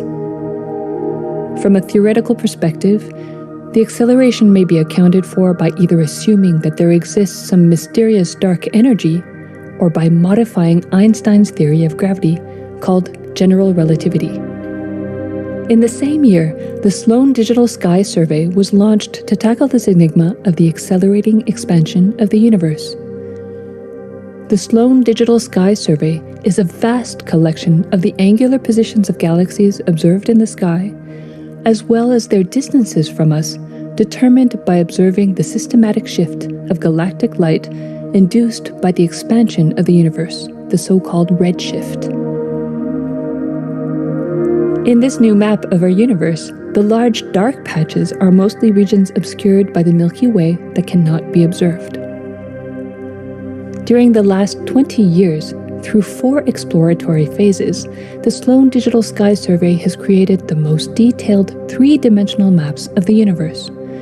To achieve this, it focused on different classes of galaxies: nearby galaxies, red galaxies, more distant star-forming galaxies, and superluminous distant active galaxies called quasars. The 4th and latest Sloan survey took place from 2014 till 2020. During this time, the new project called the Extended Baryon Oscillation Spectroscopic Survey, or EBOS for short, continued previous Sloan mapping of the extragalactic sky and just recently finished measuring distances for 1 million galaxies and quasars. These successive surveys allow scientists to trace the large-scale structures of the universe up to a fraction of its horizon, represented by the cosmic microwave background emission, seen here as a colorful pattern projected onto a sphere. The cosmic microwave background is the thermal relic of the universe, which dates back to about 400,000 years after the birth of the universe, also known as the Big Bang. Adding the EBOS data to the previous Sloan exploratory phases 1, 2, and 3, the Sloan Digital Sky Survey now has a database of 4 million galaxies and quasars, assembling the largest and most complete 3D map of the universe to date. This unprecedented achievement provides scientists with new tools for shedding light on dark energy and also for constraining the theory of general relativity, leading to a better understanding of the fundamental laws that rule our universe.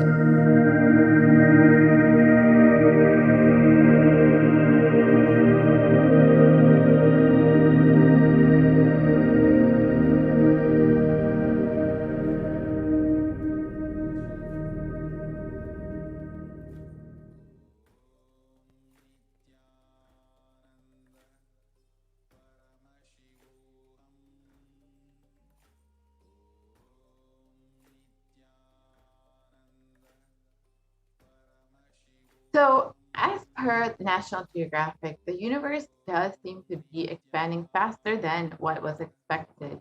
There is new evidence that deepens a mystery around the Hubble constant and one of the most important numbers in cosmology.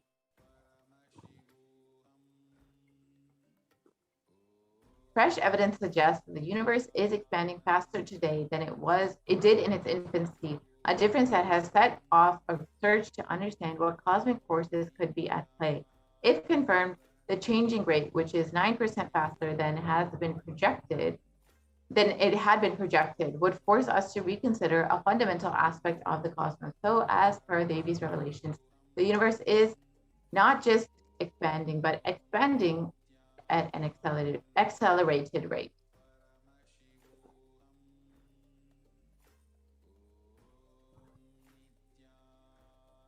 Yes, so these are the independent results that have now demonstrated time and time again that the universe is accelerating in its expansion. So even if we took type 1a supernova out of the picture, we will still have sufficient evidence, including the fluctuations in the cosmic microwave background, among others. So we will now watch what Parashakti has revealed. The universe is not just expanding, but is accelerating.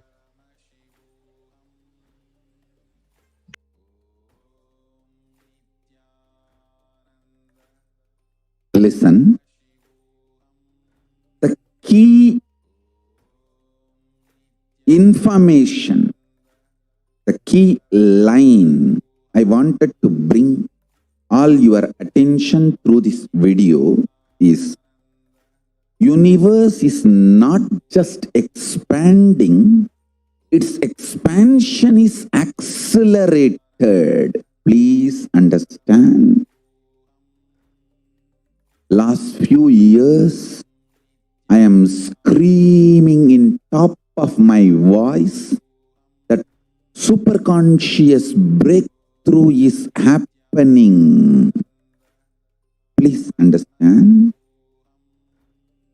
It is not only just the physics level. The universe expansion is accelerated. It's a dark energy, the dark matter in that level, the unmanifest, in avyakta, unmanifest level itself, the expansion is accelerated intensely. Please understand. The expansion is accelerated intensely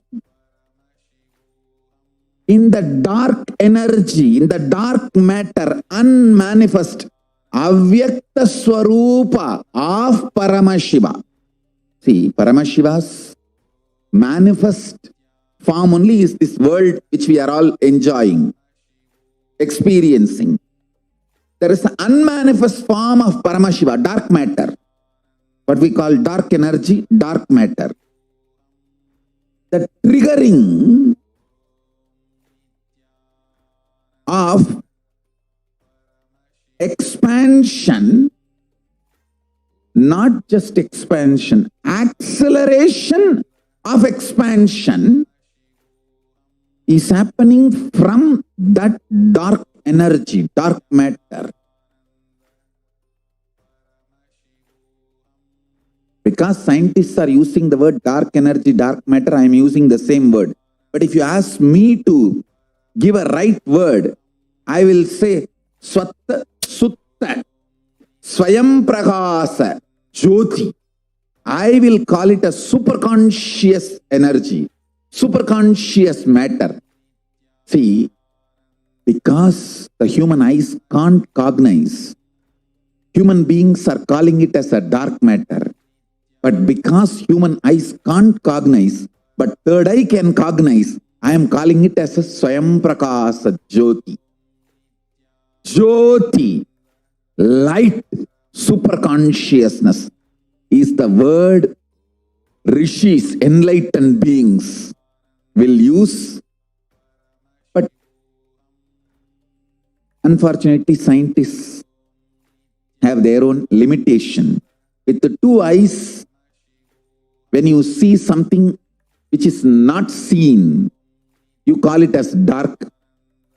With three eyes, when you see something and you know it cannot be seen by the two eyes, you call that as Jyoti. Sutta Swayam Prakasa Jyoti. Jyoti Mandala. What we show as Jyoti of Arunachala, what exists as unmanifest of Paramashiva is one and the same. Please listen. This acceleration of expansion is from the unmanifest, avyakta, sarira of Paramashiva, the unmanifest space of Paramashiva. From that, the acceleration of expansion is happening. Now, the superconscious breakthrough is imminent.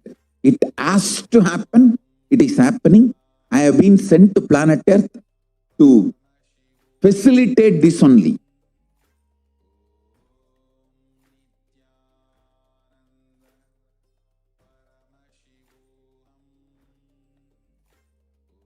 Yes. So with that, we come to the conclusion of this segment of this program, and we'll be moving on to the next segment of this program after a short break.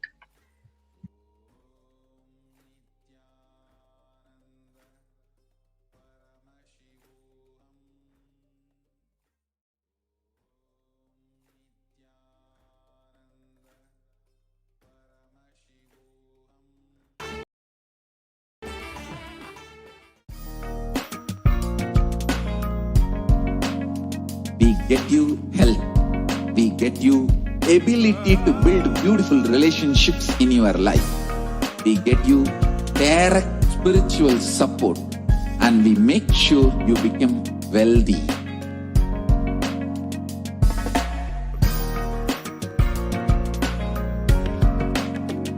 We won't stop giving you just good life. We will literally not stop till you live enlightened life. Manifesting the state of Paramashiva, space of Paramashiva, powers of Paramashiva, being of Paramashiva.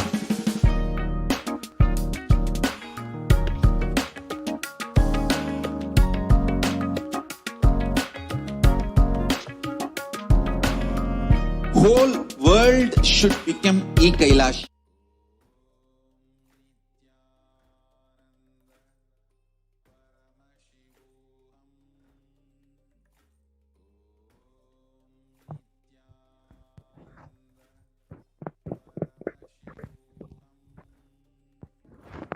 Yes, let's now begin the offerings to Devi Parashakti and understand. Now, many of you have already asked your question. You've received the divine grace in your life of Devi Parashakti, and you've received the blessings from Devi Parashakti. Now, I'm sure so many of you, without even doing anything on your part, have received the wealth, health, blessings for long life, and the blessings for the long relationships, and just receive the grace and blessings of Devi Parashakti in your life. Now, if you're wondering, oh, what can I do? I feel like I want to offer my gratitude to Devi Parashakti for everything that she has given in my life until now, and the guidance and protection that she is giving. Then make sure that you are listening and you imbibe some of these extremely unique and special offerings. In this segment, we'll be going over some of the different rituals that you can participate in and you can offer and have the deeper experience of oneness with Paramashiva and Devi Parashakti. So what are offerings? The significance of offerings. Offerings is a giving of a divine gift of pure love and devotion and oneness, and it consists of two parts, giving and accepting. Only when the divine accepts what one offers, the offering becomes complete. Offering is not made out of fear or out of greed. When an avatar lands, the offerings are purely a part of the grand Leela played out for the only purpose of enlightenment. The next slide, please.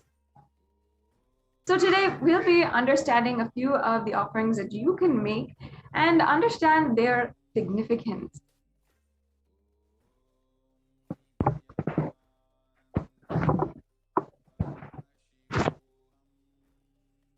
Yes, so now I'll be chanting the Shastra Pramana or the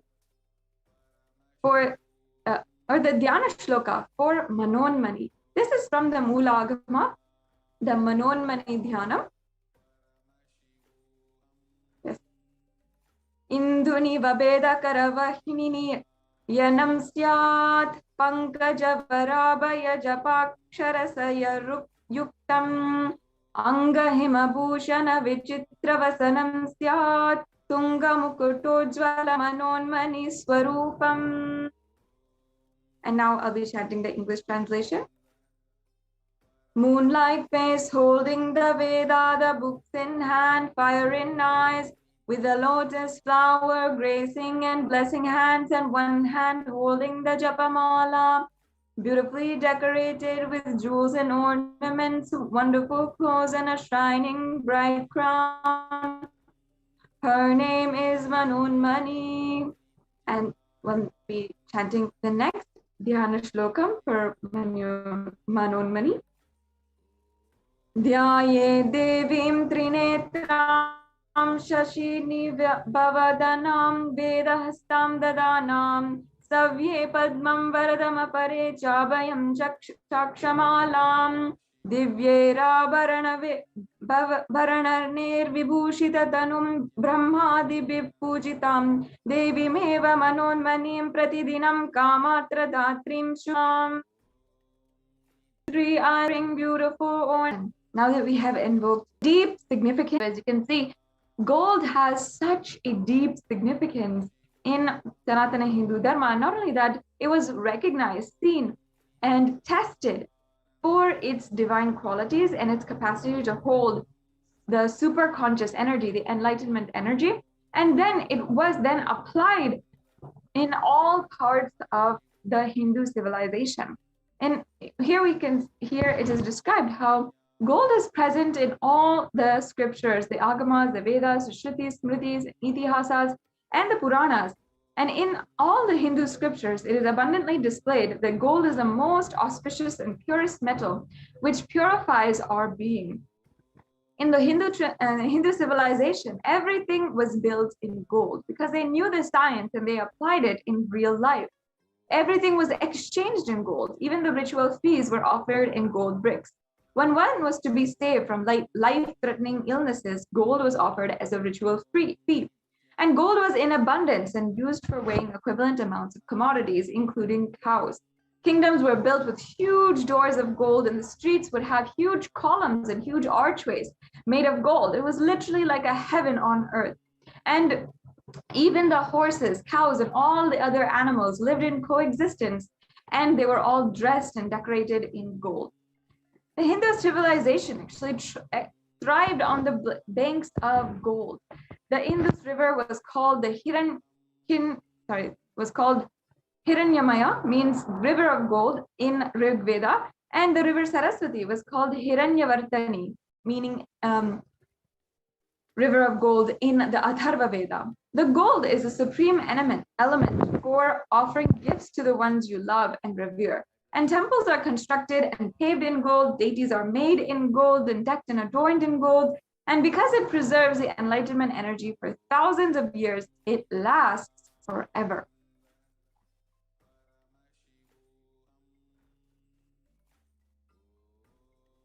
So first we have the E-Hundi offering. The E-Hundi offering is a very special offering that's been made available. Now, most of us Hindus always know that the divine experience that comes with going to the temple, a part of that beautiful sacred experience for each and every one of us is offering a few coins or a few, just your petty cash or any amount that you want into the hundi. Now, what the Supreme Pontiff of Hinduism, what the Nithyananda Paramashivam Devalaya has made available is this e-hundi offering. As now the entire sacred experience, the temple experience is brought to you digitally through your screen. You can make the hundi offering also, and you can make this either through the forms and the payment, credit card or PayPal payment forms, or you can do this through the YouTube super chat. It's a very easy way, and you can make this whole experience. Normally, when we go to the temple, we offer just a little bit in the hundi. So we can offer just any amount that we want into the hundi, and that is just your general donation, any donation that you'd like to make. So we'll now just understand the significance of the e-hundi offering. We'll go back to the last slide, please. Yeah, and I'll chant the pramana for the e-hundi offering. It's such a beautiful pramana from the Lalita Sahasranama. Bhakti Priya Bhakti Gamya Bhakti Vashya Bhayapaha Shambhavi Sharadaradhya Sharvani Sharmadayini. This means Devi is fond of true devotion and is realized through true devotion. She can be won over through true devotion, and she removes all fears. Now, if there is fear in the minds of the devotees, this Devi Parashakti is sure to remove all of that fear.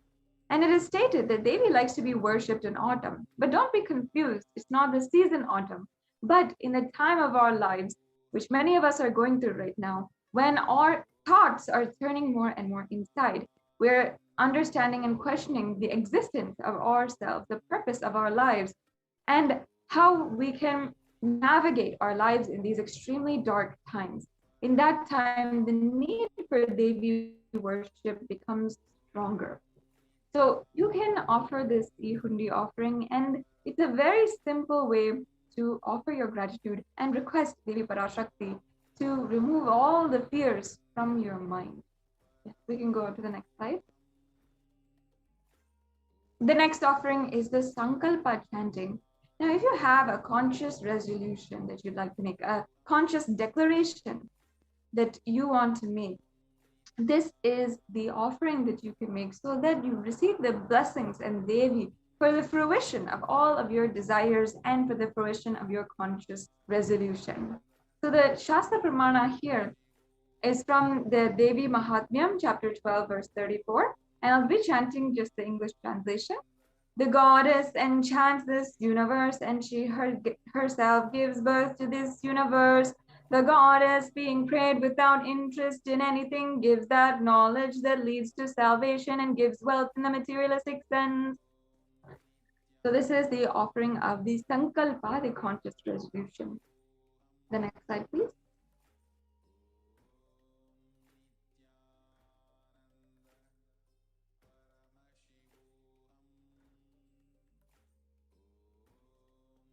Yes, and in the next slide, we have the Sahasranama Sparana Kasu. This is a very special and unique offering. In the Lalita Sahasranama, once again, the Devi Parashakti is described as Nama Parayana Prita, meaning that she who likes the repetition of her various names. So this is the offering of the 1008 names of Devi Parashakti, and it's extremely special and unique Archana offered to the Mahameru of Devi Parashakti. You can offer a gold coin inscribed with each of these 1008 names and receive the blessings to have the Ananta Kalyana Gunas, all the divine qualities of Devi Parashakti. And if you'd like to go ahead and not wait and register yourself for these offerings, you can go to tiny.cc/Devi offerings. You don't need to wait. If you have a couple of questions, if you'd like some guidance on how to do the payments or how to pay through super chat or do the e-hundi offering, if you'd like some more guidance, wait and stay tuned. At the end of this segment, we'll go have a walkthrough for all the steps in this process. So the next offering is the Mukta Anguti, a very special offering of the finger ring with a pearl. Now, this offering is referenced in the Meenakshi Pancharatnam, and in this divine sacred chant, Meenakshi is the reincarnation of Devi Parashakti, whom we are offering our worship, and is described to have the finger ring with a pearl. And now I'll just be chanting that verse. Muktaharanala Satkiritaruchiram Purnendu Vaktra Prabham Shinjannu Purakinkini Manidaram Padma Prabhavasuram Sarvabhita Palapradam Girisutam Vani Rama Sevitam Meenakshi Pranatosmitam Santanatadaham Karunyavaram Nidim. I bow down to the goddess Meenakshi, whose crown has garlands of pearls and face shining like the full moon, who wears anklets that are studded with gemstones and small bells, who is shining like the splendor of a lotus, who grants all the wishes, the daughter of the mountain, who is worshipped by Vani and Rama. I remain ever bowing to the goddess Meenakshi, the ocean of compassion. So for Meenakshi, the pearl is known as a very favorite ornament for her. So we offer the pearl as in reverence to Devi Meenakshi. So this offering is a beautiful offering which you can do in order to achieve complete completion and success in all of your business endeavors. We can go on to the next slide.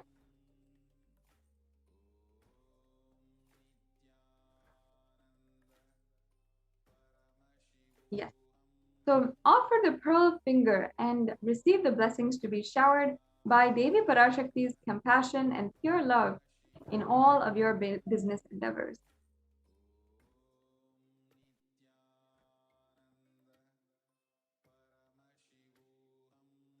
Yes. The next offering is the Swarna Padma Pushpa, the golden lotus. And in the Kamic Agama, it says that all the kalashas should be wound around with suitable thread and covered with a new cloth, and they should be adorned with the lotus flower made of gold. The next slide, please.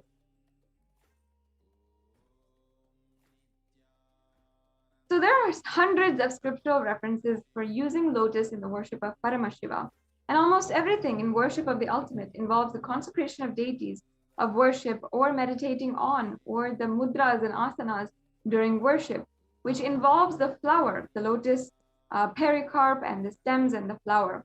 So you can offer the lotus, the golden lotus, because it is a sacred item, a sacred and divine flower. Even the Shakti of Paramashiva is called lotus, and there's so many other ways that lotus appears in the different scriptures. So you can offer this lotus in any size you wish and be blessed to have the state, space, and powers and being of Devi in your inner space amidst every adverse situation in your life. The next offering is the Swarnamati. So I'll just be chanting the Pramana. Nakadiditi samchana namajjanatamo guna padadvaya prabhajala parakrita saroruha. You whose brightness from toenails destroy the darkness of ignorance from the minds of devotees who prostrate at your feet. You whose brightness from your 2 feet overpowers that of the lotus flower.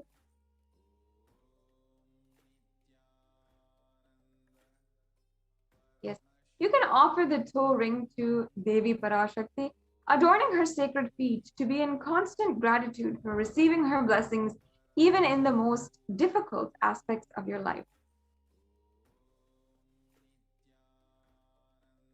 And the next offering is the Swarna Mangtika, the gold hairline jewelry. Devi Parashakti is also described as the Shuddha Sarabhi Varsha, which means she who makes nectar flow in all of our nerves from the Sahasrara Chakra, she who gives the very pleasant experience of the ultimate. The Mangtika represents the nectar flowing from the Sahasrara Chakra, which is fully open. So you can offer this Mangtika as an offering of gratitude and get then and achieve the blissful state of overflowing gratitude and space of complete completion. Once again, if you'd like to make any of these offerings and go ahead to the next step, you can go to tiny.cc/Devi offerings, Devi-offerings. Yes. Now, the next offering is the most coveted Pratyakshapada Puja, which is especially auspicious to offer at this time during the Guru Purnima, Brahmotsavam, and during Guru Purnima, which is just coming up around the corner for us. So I'll just chant the Pramana once again. Nakadidita samchana namajjanatamo guna padadvaya prabhajala parakrita saroruha. The illuminating splendor of Devi's toenails dispel the darkness of ignorance in the devotees. Prostrating at her feet defeat the lotus and beauty. So this shlokam number 83 of the Saundarya Lahari states that the nails that have been sharpened by constantly being touched by the crowns of celestial beings who always prostrate before Devi. And tamoguna is considered as darkness. And in this stotram, tamas is indicative of ignorance in the minds of devotees by constantly prostrating before Devi, their ignorance is removed and they attain ultimate knowledge. So you can offer the Pratyakshapada Puja and receive the blessings, all the auspiciousness and blessings of the Supreme Pontiff of Hinduism. And I encourage each and every one of you to do this offering. Make this offering on the most sacred day, Guru Purnima Day, on July 23rd, this month, which is just coming right up around the corner. So make sure you're starting to plan for how you can make this offering on Guru Purnima Day. Now, the last seva that we have, a very special seva, is the offering of the Vastra Seva, the sacred clothes for adorning Paramashiva and Parashakti. And Swamiji and the Yajaman will receive all the blessings and auspiciousness once again of the Supreme Pontiff of Hinduism in offering the Vastra Seva to his divine lotus feet.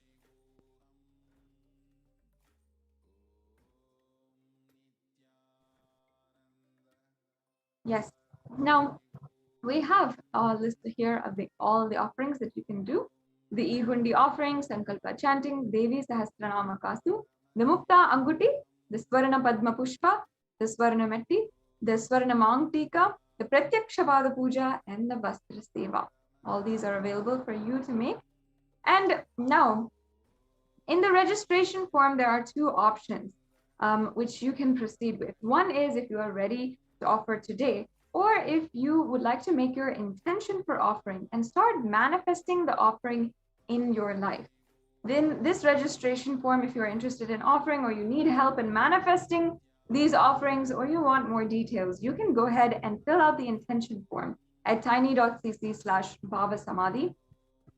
And you can make sure that you start manifesting these extremely auspicious offerings in your life. Surely they will transform and change your life in the way that you want. And if you are ready to make the online payment, you can go to tiny.cc/Devi offerings and make the offerings, or register yourself and make the payment. After the payment, ensure that you are going to tiny.cc/Sankalpa 2021, and you can fill out all the details for the puja so that you are bestowed with all the blessings of Devi Parashakti. So now we'll be going through a brief walkthrough of how to make the payment.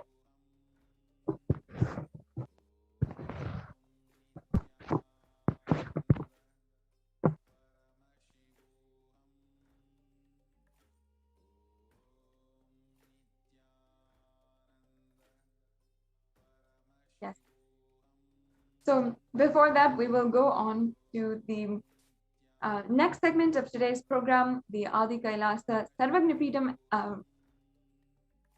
administrators, Manitya Achalananda Swami and Manitya Pranapriyananda, will be joining us to give us the latest updates and also to describe to us, share with us the status and the ongoing updates from the Adi Kailasa Sarvagnapeetham, the Kailasa's COVID Care Center in India, in centers around India and in Adi Kailash. So let us now proceed with the next segment in today's program.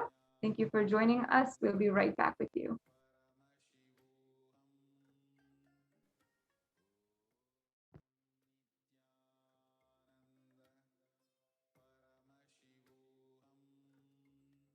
The whole world to know Hindus have something great to contribute to the world.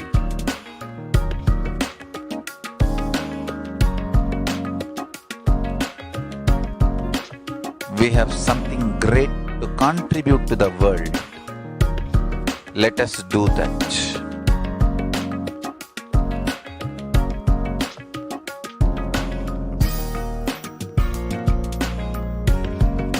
E-Kailasa is proper customized spiritual service helping you to identify your root patterns of suffering.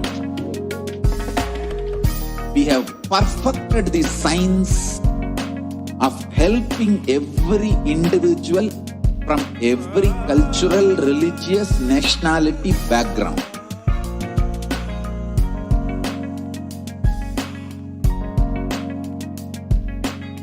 You will have lowest reactionary assumptions, highest awakened response, alive response for life continuously.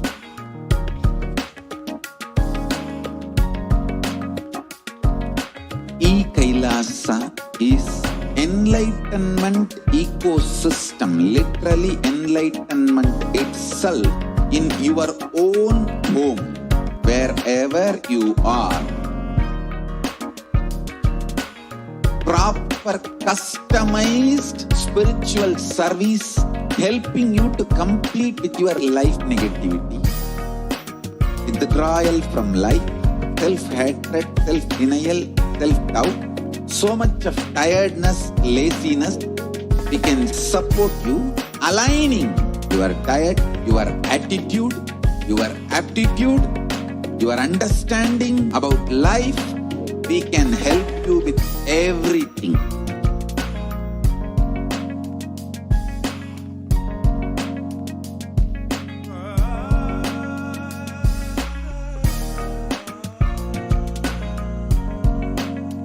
If you are interested in enlightenment, we will immediately bring this to you. If you are not interested, we will explain the whole science, inspire you, and make you interested in enlightenment science. We need to cater this enlightenment science to the whole world wherever they are, because enlightenment is the birthright of all human beings.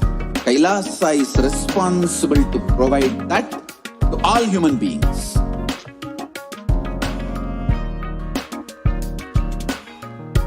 Kailasa is the totality of the knowledge I received from my gurus and practice manifested in my life, perfected by teaching millions of people from all cultures, time zones, backgrounds, genders, nationality, race, from every creed.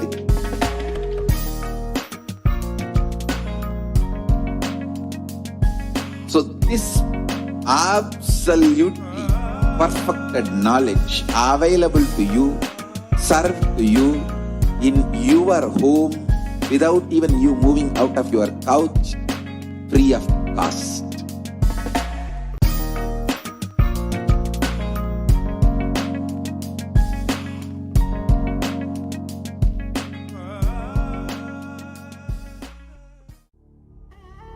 What I mean by the word Kailasa, listen intensely.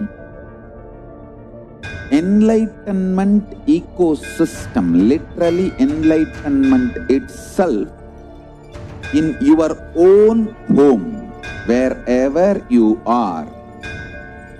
If you cannot come to Kailasa, it's okay. Kailasa can come to you. Kailasa coming to you is Kailasa.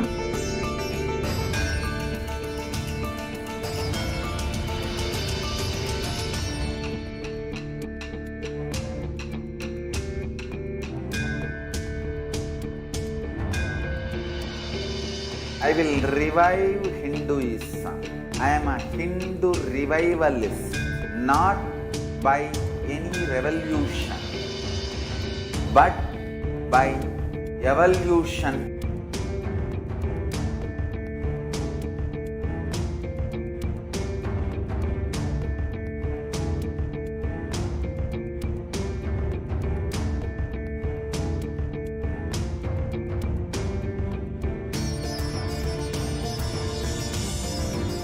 And setting model communities.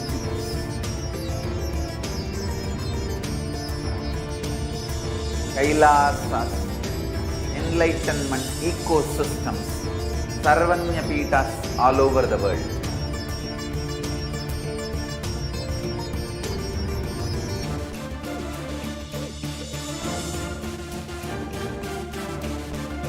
All powerful cognition, knowledge, only when you live, power manifestation and possibilities manifestation happens.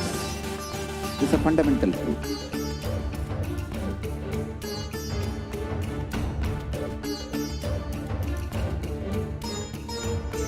Hinduism cannot live exclusively as one sampradaya. No. All sampradayas of Hinduism is an ecosystem.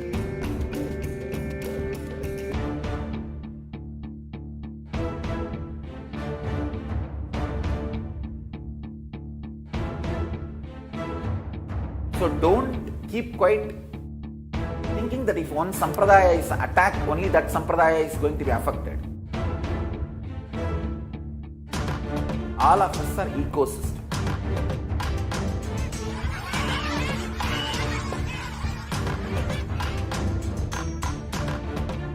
I invite all of you to get involved and enjoy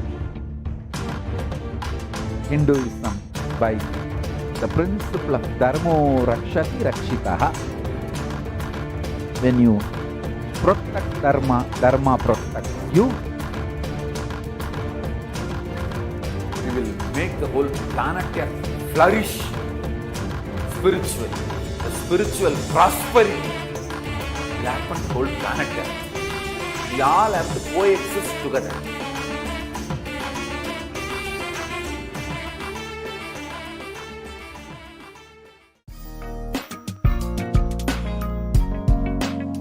We get you health. We get you ability to build beautiful relationships in your life. We get you direct spiritual support, and we make sure you become wealthy.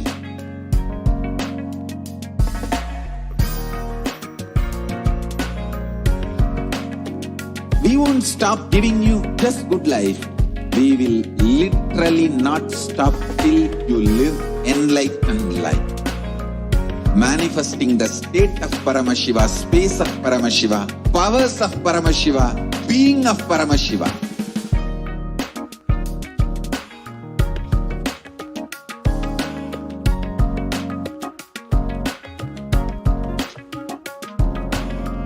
Whole world should become Kailasians.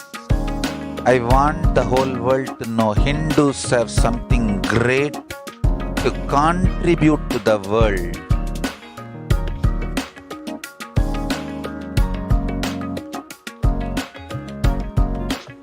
We have something great to contribute to the world. Let us do that.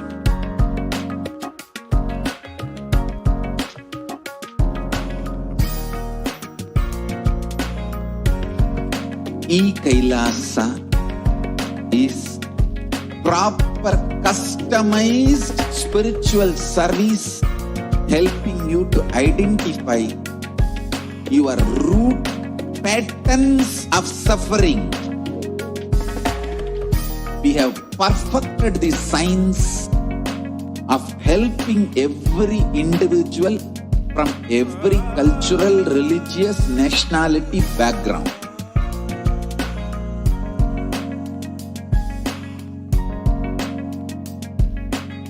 You will have lowest reactionary assumptions, highest awakened response, alive response for life continuously.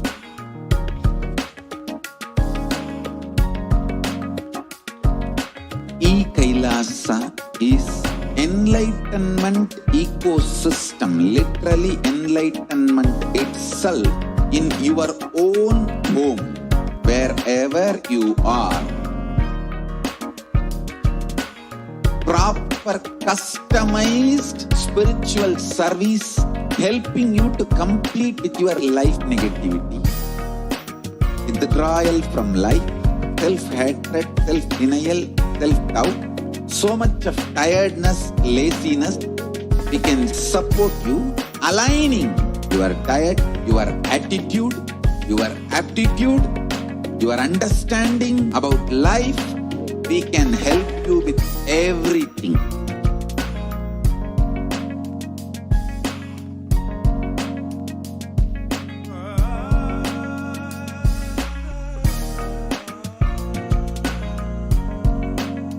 If you are interested in enlightenment, we will immediately bring this to you.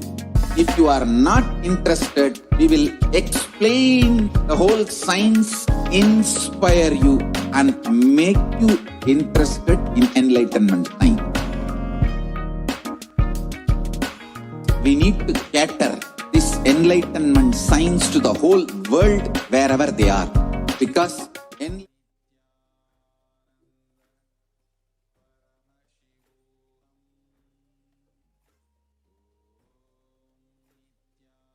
Nithyanandam, welcome back to all the viewers who are joining with us from across the world during this Devi Parashakti Akashik reading program.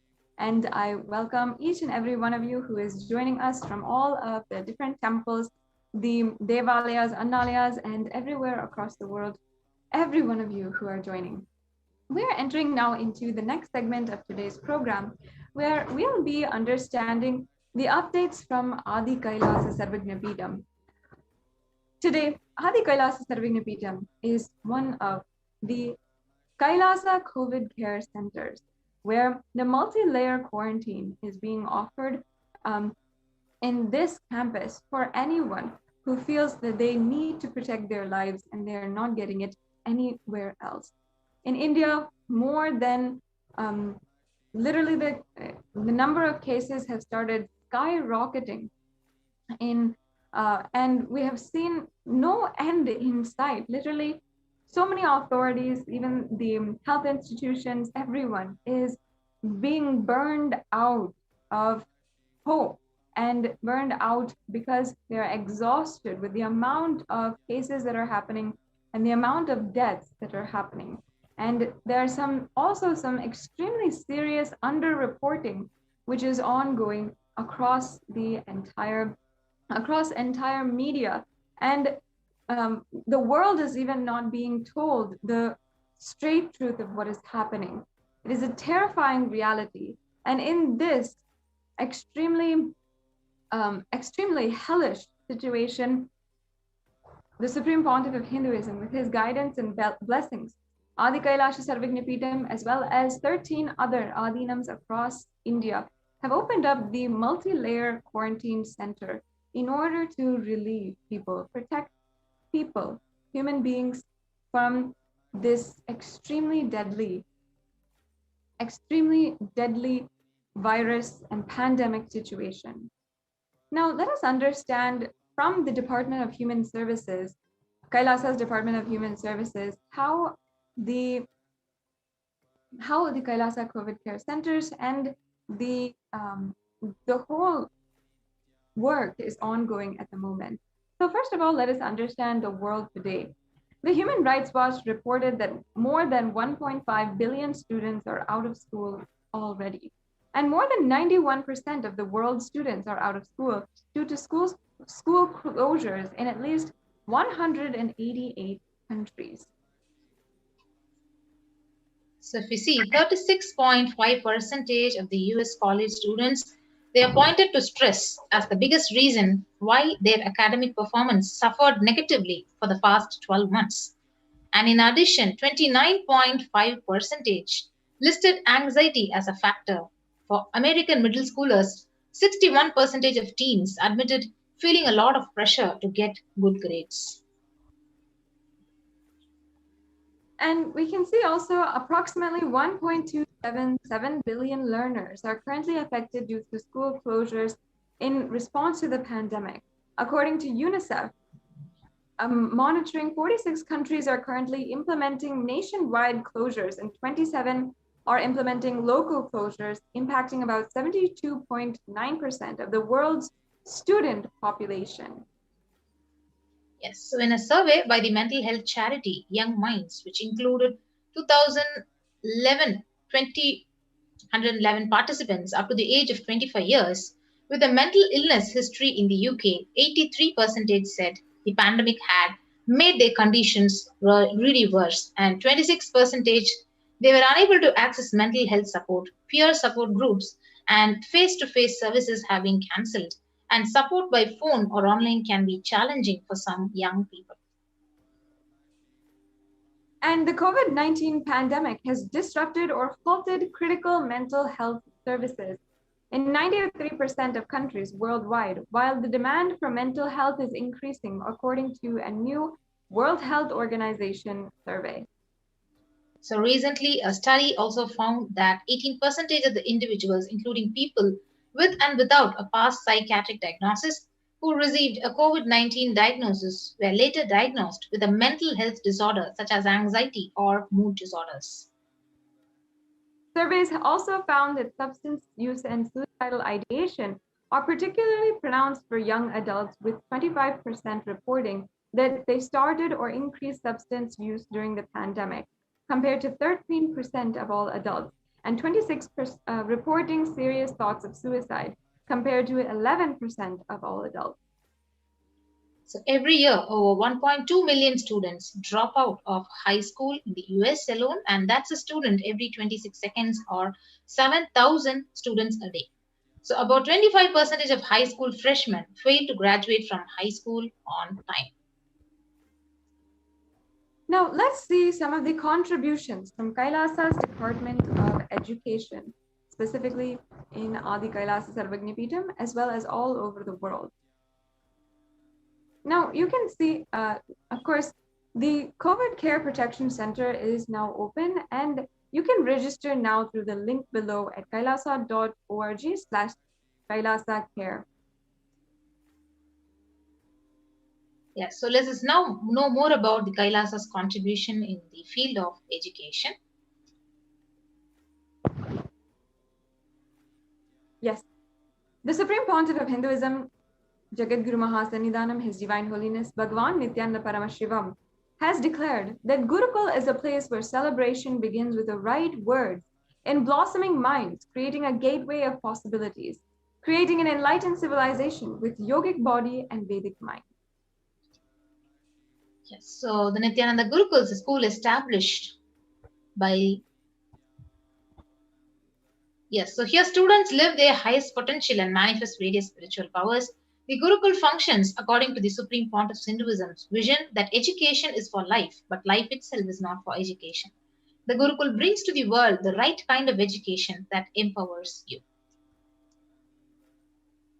And the current system of education established by Macaulay and Max Muller in India, who are two of the most cruel British government leaders during the time of the British rule over India, is a non-involving narrative style of teaching. And so their entire current education system is based off of what they established at least 50 to 60 years back. The original Indian education system, the original Hindu education system, was not about continuously giving words, ideas, concepts, theories, or theologies. The original Hindu system of education was about awakening you to the right context, enlightenment. And the Hindu education system, the Gurukul, is more than a transmission of knowledge. Rather than mere transfer of knowledge. Yes. So it is not based on generalization, where the dilution happens due to generalization. So whether others educate you or you educate yourself, if you plan everything based on the best of you, it is specialization. So the Gurukul ambience is for specialization and not for generalization. Education means putting a set of ideas into your head and forcing you to conform to it, pressurizing you to memorize it and forcibly making you vomit it. In Gurukul, there is no education as such, like this. There is only initiation. Initiation means empowering you with powers and letting you play with it, letting you manifest, specialize, letting you manifest your specialization, and letting you grow and glow. Yes, so the purpose of education is manifesting good, beautiful, and best contributing citizen of the planet Earth and for humanity. So in Vedic tradition, examinations are not done by question and answer method, and that is Macaulay's method, which is clerk making, whereas in Vedic tradition, all the examinations are conducted by the thought current you carry. The person will be made to speak in the presence of pandits who have mastered that thought current. So they will see whether he can spontaneously express that thought current. If the student is able to express the thought current cohesively, then he has mastered it. Now, what is real education? The Supreme Pontiff of Hinduism has explained to us.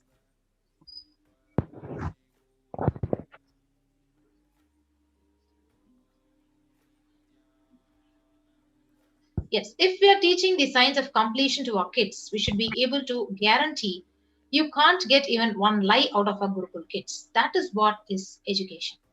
Education is making you master a thought current, which becomes their lifestyle, which becomes the cognition style, which becomes their very being. So for hours, you cannot speak on a subject unless it has become your thought current, the way you cognize. So change of thought current, transformation of thought current is the success of education. Each Upanishad adds a thought current to you. So transformation of thought current is success. The Supreme Pontiff of Hinduism continues that our Gurukuls are not teacher-centric. Our Gurukuls are education-centric. Please understand, our Gurukuls are not teacher-centric and they're education-centric. Students can develop, invent something which Guru doesn't know. The students have that freedom. And please understand, only the basic formulas are taught and basic tools to awaken knowledge is taught. Then the students are left free to explore on their own. Gurukuls are not with a set of rules or frame. They are supported people. They are only supported people to explore the highest possible creativity.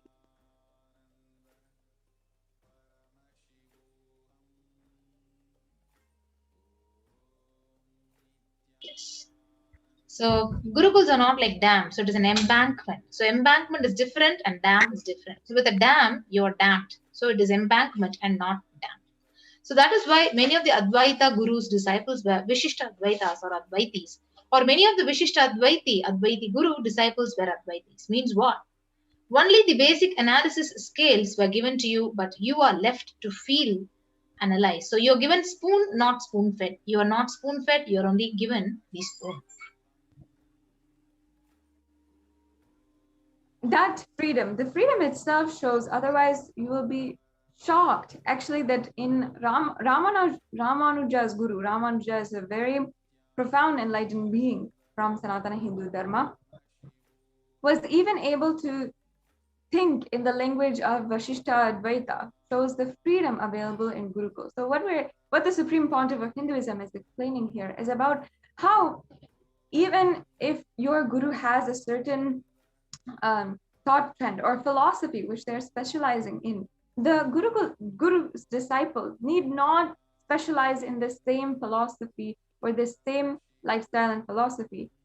At the same way, there are many Advaiti students who studied at the feet of Dvaitis and Vishishta Advaitis. So these are different philosophies in the Vedic tradition, philosophies or great sacred sentiments that have been elaborated in the sacred scriptures.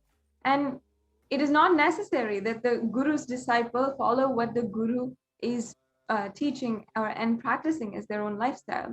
In Sanatana Hindu Dharma, it gives only the tools to explore, but it does not put you in any frames, any restrictions or dams. If you read the Shanti mantra of the Sahasranama Bhavatu, it is education-centric, not teacher-centric. And unfortunately, in the modern day, because teachers have not taken the responsibility to become education-centric, the entire education system today in the modern day is teacher-centric.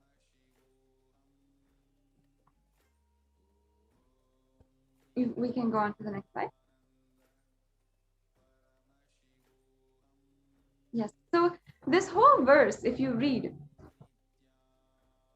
may we both together be protected. Here, the teacher is also praying along with the student. And actually, it is because we are education-centric, we are able to explore and reach the new heights of seeking. The heights of seeking where even the Ishta Devata concept has come.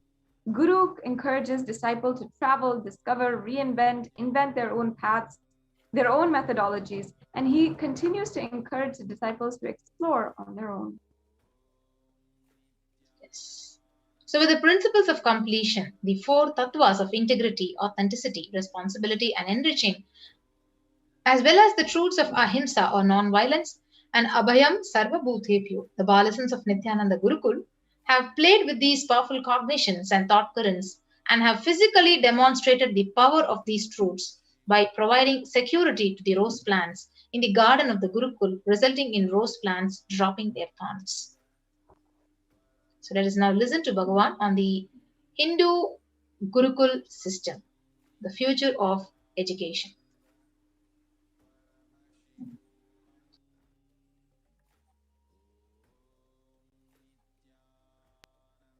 Now it is time, as per the astrology, no theory can rule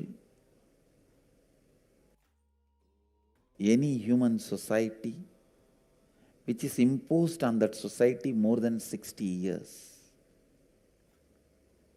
Now 60 years is over for the non-involvement narrative education system. I am telling you, future is Gurukul system. The future of education is where the teachers and students live together in one place. If needed, let the parents also stay there. But because basically kids do what you do, they won't do what you say. Understand? They do what you do. They won't do what you say. Whatever you do, simply they will do. They will never do what you say. Most of the time, they don't care for what you say. The future of the Indian education system, I can say, the future of any intelligent education system will be Gurukul system. I am not talking out of pride or arrogance. I am talking seeing the future. I am telling you, I will be leading this revival in the education system through our Gurukul system.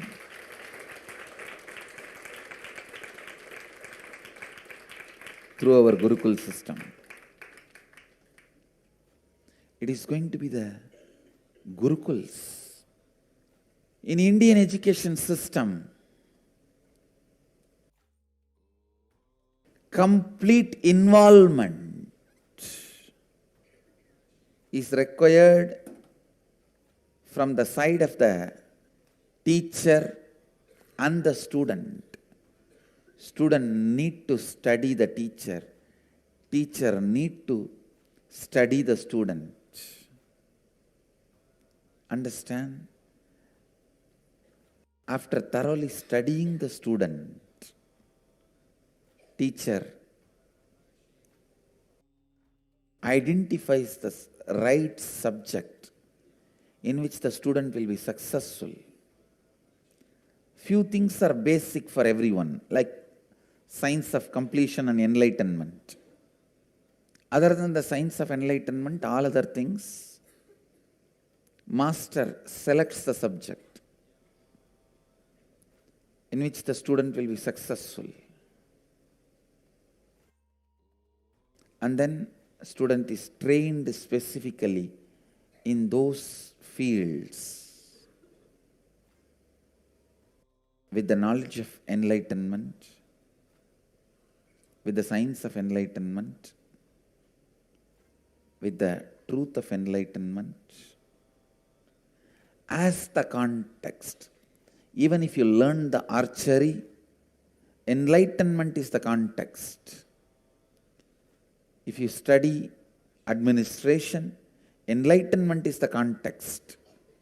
If you learn about business, enlightenment is the context. If you learn plumbing, building houses, sculpting, enlightenment is the context. Indian education system is more of a transmission of the knowledge, not transfer of knowledge. It is not just information based.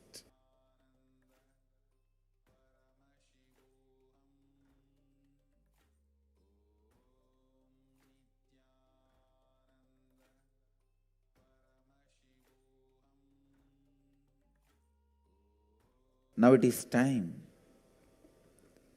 as per the astrology, no theory can rule any human society which is imposed on that society more than 60 years. Now 60 years is over for the non-involvement narrative education system. I am telling you, future is Gurukul system. The future of education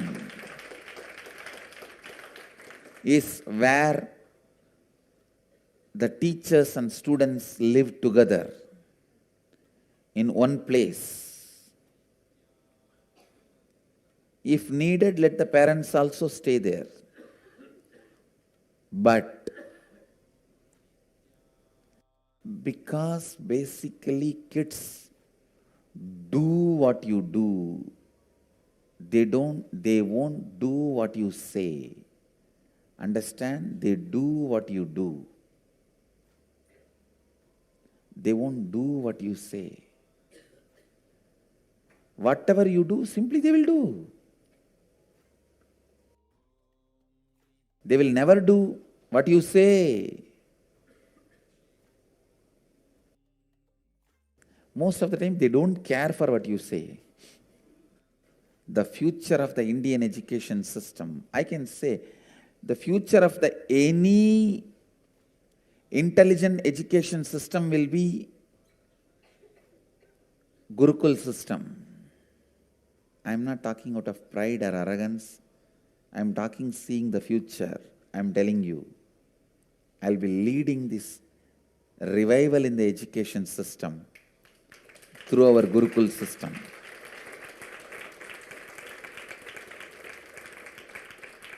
Through our Gurukul system. It is going to be the Gurukuls.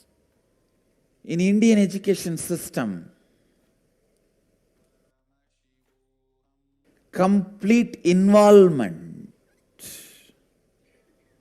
is required from the side of the teacher and the student. Student need to study the teacher. Teacher need to study the student. Understand? After thoroughly studying the student, teacher identifies the right subject in which the student will be successful. Few things are basic for everyone, like science of completion and enlightenment. Other than the science of enlightenment, all other things, master selects the subject in which the student will be successful. And then student is trained specifically in those fields with the knowledge of enlightenment, with the science of enlightenment, with the truth of enlightenment as the context. Even if you learn the archery, enlightenment is the context. If you study administration, enlightenment is the context. If you learn about business, enlightenment is the context. If you learn plumbing, building houses, sculpting, enlightenment is the context. Indian education system is more of a transmission of the knowledge, not transfer of knowledge. It is not just information based.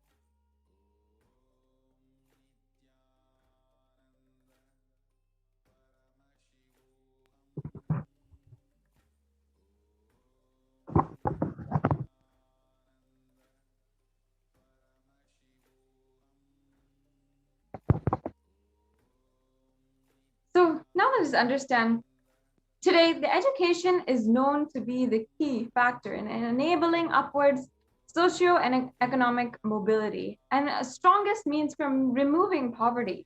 The right education is crucial to well-being, stability, and growth for not only every child, but for the humanity as a whole. The Gurukul system is known to be the knowledge transition system of Hinduism and one of the pillars which kept Sanatana Hindu Dharma alive and standing as the world's most ancient living civilization. Through Kailasa's Department of Education, the Supreme Pontiff of Hinduism the Gurukul system is being revived in its entirety.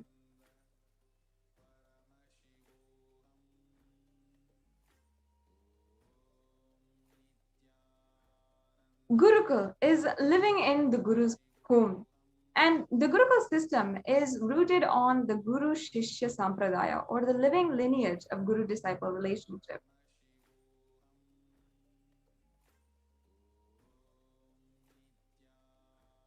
After decades of study on the physical, chemical, and biological uniqueness of meditative state and enlightened beings, it has been found that in the normal waking state alone, the brain waves show that there are complete meditative states despite being fully active and engaged. In the world's athletics, this state is known as being in the zone, a glimpse into the peak of focus and cognitive function, attention, coordination, to name a few.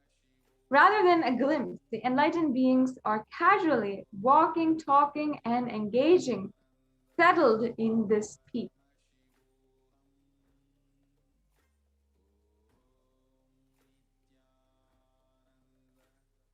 And recent studies have also found that we imbibe the body language, behaviors, and patterns of those in our environment, not just on the behavioral level, but just to the depth of the neurological layer. This is also known as the mirror neuron effect. In this way, there is no better teacher than the enlightened guru, who, as per modern science, exists as the superconscious, biological, reproducible anomaly.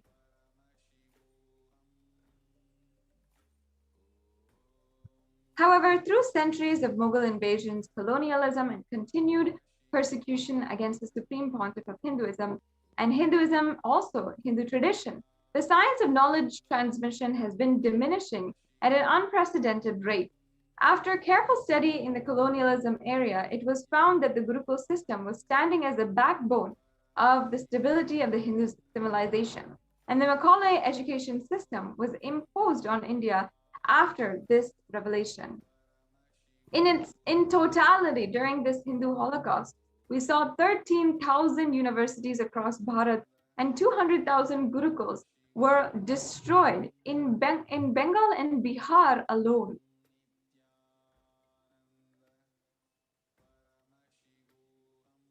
And with the systematic destruction of Hindu universities and Gurukuls goes also more than 80s of Hinduism's indigenous knowledge.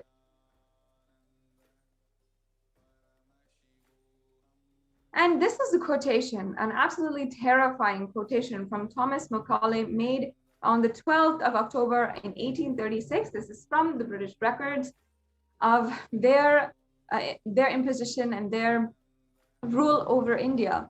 Here, Macaulay is saying, our English schools are flourishing wonderfully. The effect of education on the Hindus is prodigious, and no Hindu who has received an English education ever continues to be sincerely attached to his religion. And I understand the strategy here. They want to disassociate Hindus from Hinduism itself. And he says the Hindu religion is so extravagantly absurd that it is impossible to teach a boy astronomy, geography, natural history without completely destroying the hold which that religion has on his mind. It is my firm belief that if our plans of education are followed up, there will not be a single idolater among the respectable classes in Bengal 30 years hence.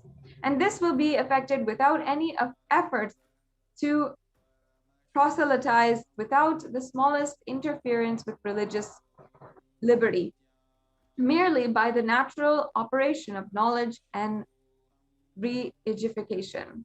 I heartily rejoice in this prospect. So once again, this is a extremely abusive quotation by Thomas Macaulay on the strategy to entirely destroy gurukuls. And we have seen the numbers of how many gurukuls universities were destroyed. And now let us understand, in contrast, how the Supreme Pontiff of Hinduism has been reviving Kailasa's Nithyananda Gurukul, the grand revival of Hinduism's Gurukul and universities.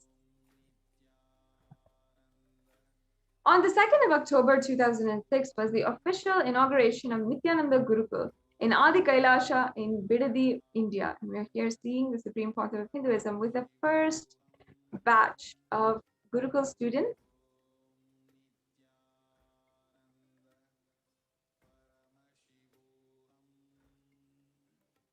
And in 2008, students of Nithyananda Gurukul here are practicing yoga and meditation under the sacred banyan tree.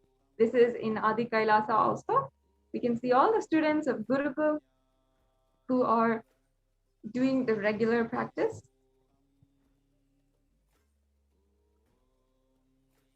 %50 of Gurukul Balasants, who are the child saints. Balasant means child saint in Sanskrit. And they study 1 to 3 years ahead of their age group, scoring in the top 20% of the Mensa at age 14. So this is 50% of the Gurukul kids, of the Gurukul Balasants who are initiated right now. And Gurukul Balasants are learning standard academics along with indigenous Hindu scriptures.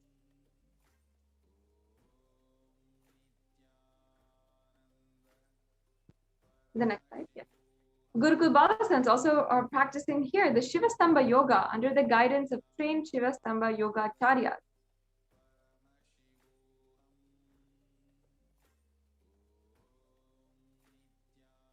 And Gurukul Balasants are demonstrating the ability to perform Kundalini Raju, even blindfolded. So this is from the 20th of May, 2018.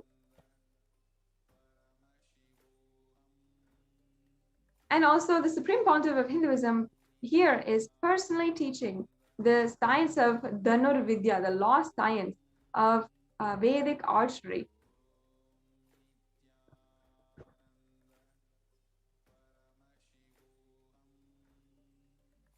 %30 of Gurukul Balasants are demonstrating the capacity to spontaneously play instruments without formal training.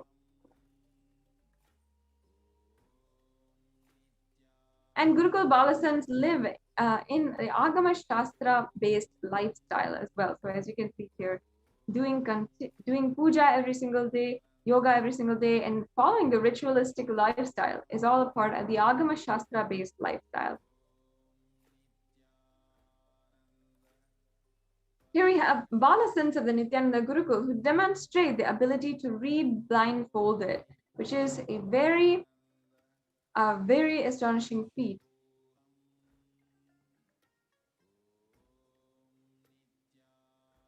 And Gurukul Balasants participate in Vakyartha Sadas as well. Vakyartha Sadas meaning the Hindu think tank on Hinduism, think tank. And also Balasants here are a part of the Nithyananda Raja Gurukul addressing Kailasian delegates in Tiruvannamalai, India. Balasants of Nithyananda Raja Gurukul, after successfully hosting the worldwide webinar on the highlights and science of the Nithyananda Gurukul. And here we have the impact of Gurukul presented in a graph. And then we see the effects of whole brain learning, stress-free living, and zero-teen violence or aggression, and quantum memory activation, recalling verbatim after a single hearing called Eka Santigrahi is in the Vedic age. So this is actually a very profound power, the power of Eka Santigraha, which the Supreme Pontiff of Hinduism himself demonstrated as early as 3 years old, as was shared by his biological mother. And We also have the revival of Kailasa's Nithyananda Hindu University, the world's largest Hindu university established around the globe with 450 plus campuses in 150 plus countries, available to the public from 2003 and onwards.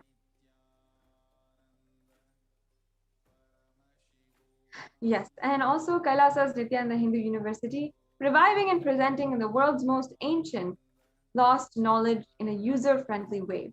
Ancient truths taught in a way directly applicable for the modern man's personal, practical, and professional life.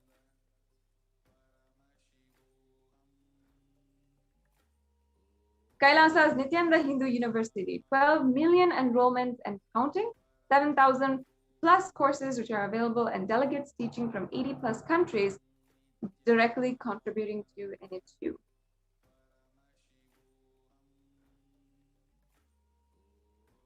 Yes.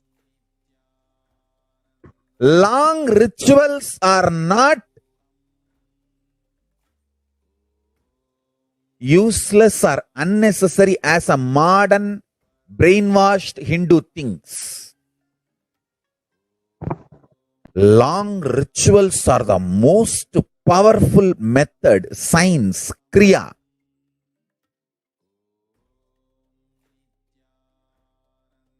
to awaken all the life energies. See, totally we have 21 life energies. I will describe all the 21 like a fundamental principal forces of life, like gravity, how all these are fundamental forces, principal forces externally. Internally, there are 21 life energies. Ability to visualize, ability to make decision. All these 21 is given to you, but you use them accidentally. That is why your life is full of accidents. Your marriage is accident, wealth is accident, life is accident, money is accident. Very less is planned, much is accident. And I tell you, I have seen people become thieves by not knowing the power of their life energy. I tell you, thief is the cheapest way to exist. I tell you. Because you do not know you own trillions. That is why you steal millions. If you know you own trillions, why will you steal? Listen, asteya, non-stealing, comes to a person who mastered his life energy. Each of my Gurukul kid is $1 trillion economy. I tell you. Each of my Gurukul kid, the powers they can manifest. Understand, Gurukul is not a joke. It is a powerful science. Especially, see, normally, one child plus one child is a two child. But in the Gurukul ecosystem, one child plus one child is 11. 1, 1. Not 1 plus 1. 1, 1, 1, 1, 1. If there are 3 child, it is not 1 plus 1 plus 1, 3. No. It is 1, 1, 1. 111. The energy multiplication. Because the ecosystem, understand, that is why Gurukul has to be with the ecosystem. I have always seen, whenever I download a power on one child, when the group sits, I can share that power on the whole group.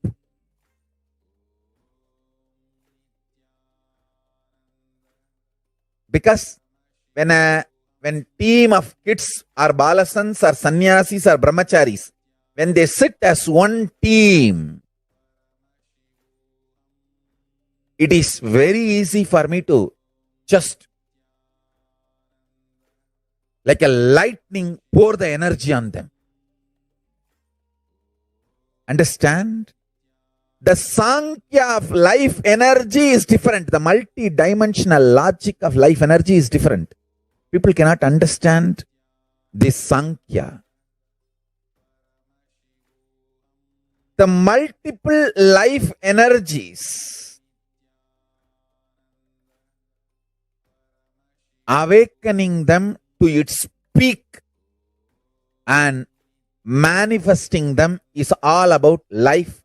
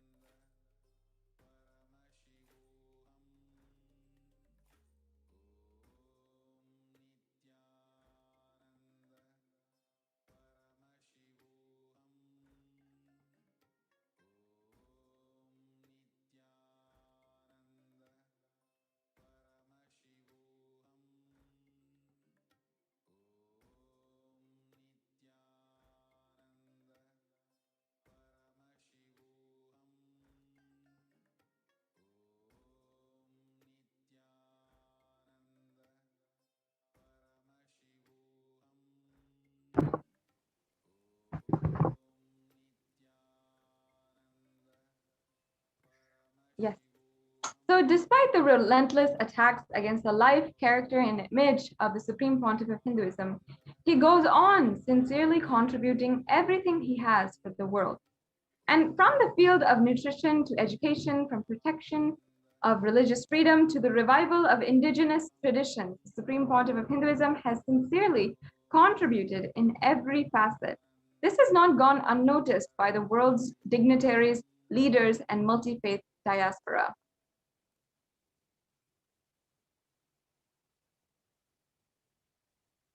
In fact, the revelations to the world by Devi Parashakti from the 12th of May 2021, Devi Parashakti says, came as Nijavatara. I am blessing you. Listen, people, listen.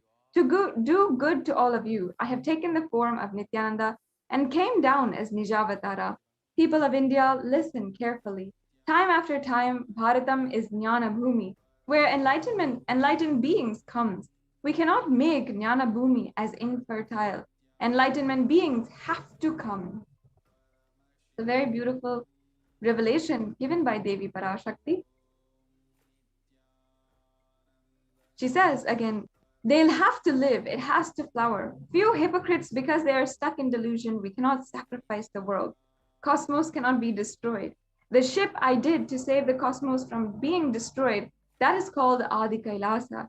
The ship I did to protect beings from Pralaya is Adi Kailasa. Because of the conspiracy of Drohis and enemies' rule, the captain had to leave the ship. Before 12 years, knowing the great deluge that is going to happen, all Aushadas, by this Guru Purnima, that Jnana Rasavadam, Navapashana is going to flower. Allow people to come and take a dip in Navapashana flower. People, whoever comes and dips in that Vaidyasarovar, they will not have death. They will not have corona. Crores and crores of people will come in line, and every day they will come and dip in Ananda Lingam. Listen well to my words. For India, I made ship as protection, the Nithyananda Navapashana Lingam and Vaidyasarovar. Go to Adi Kailasa. O Indians, listen. All those regretting losing Nithyananda Nijavatara without confusion and without taking just as lip service, go to Adi Kailasa. Scores of people will come there looking for your help. Navapashana water, feast, and medicine. To get health and protection and enlightenment, to protect India from the greatest destruction, I, Parashakti, made this huge ship, and even if the captain is not there, ship is there.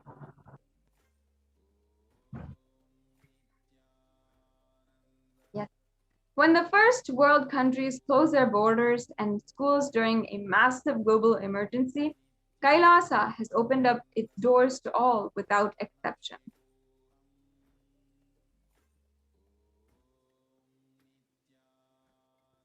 The free COVID care centers opened across India in first primarily Adi Kailasa in Bidadi, Bengaluru, Salem Adinam in Tamil Nadu, Tiruvannamalai Adinam, Rajapalayam Adinam, Puduvai Adinam, in Pattanam Adinam, in Sirgapadi Adinam, Sripuram Adinam in Hyderabad, Madurai Adinam in Tamil Nadu, Avatipalam in Erode, Hosur Adinam, and Baroda Adinam in Gujarat.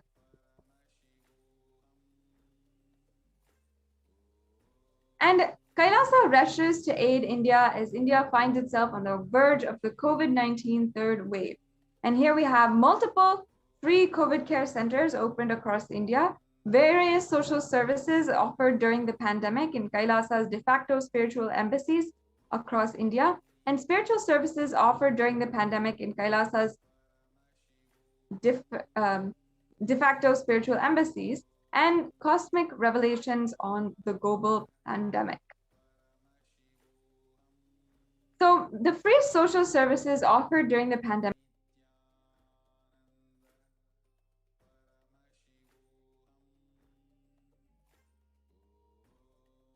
thousands.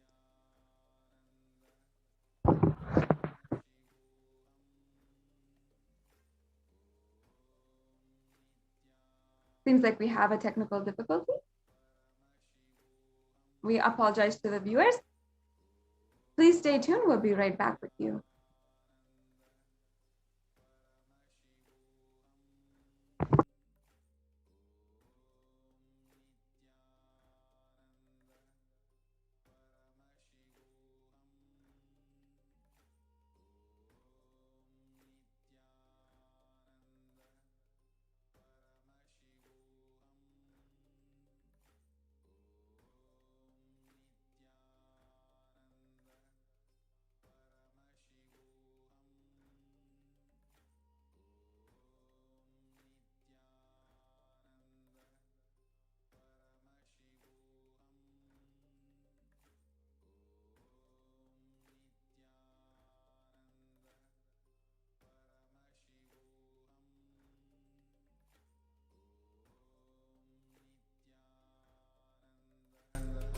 Paramashivoham.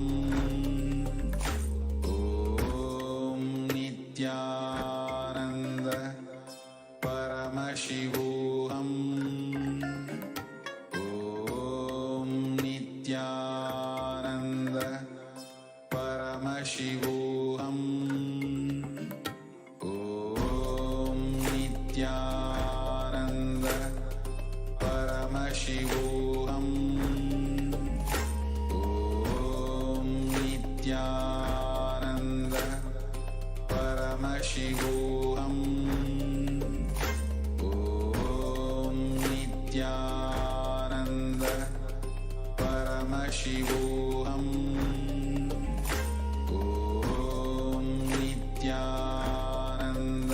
Paramashivoham.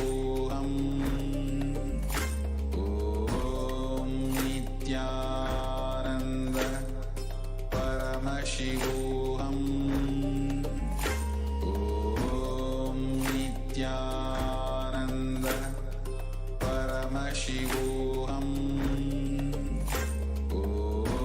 Om Nithyananda Paramashivoham. Om Nithyananda Paramashivoham. Om Nithyananda Paramashivoham. Om Nithyananda Paramashivoham. Om Nithyananda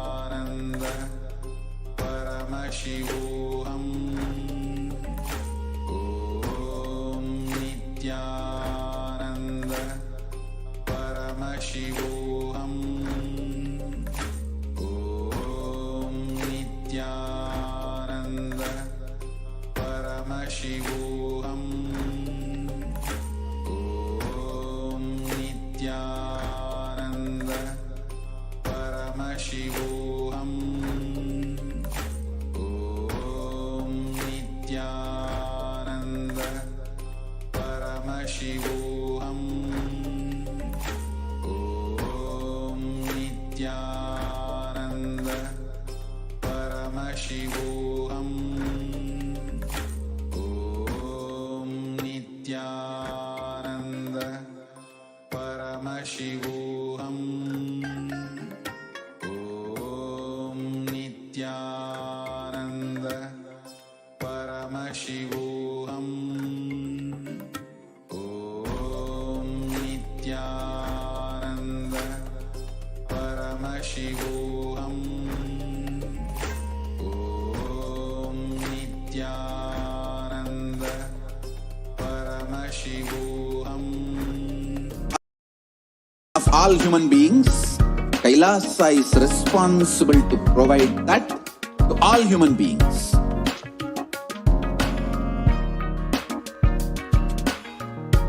Kailasa is the totality of the knowledge I received from my gurus and practice manifested in my life, perfected by teaching millions of people from all cultures, time zones, backgrounds, genders, nationality, race, from every creed.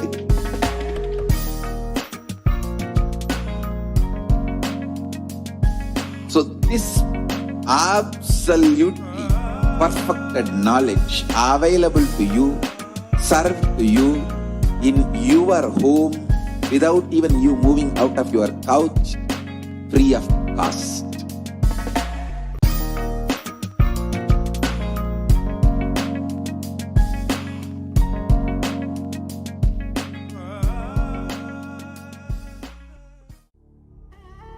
What I mean by the word Kailasa, listen intensely. Enlightenment ecosystem, literally enlightenment itself, in your own home, wherever you are. If you cannot come to Kailasa, it's okay. Kailasa can come to you. Kailasa coming to you is Kailasa.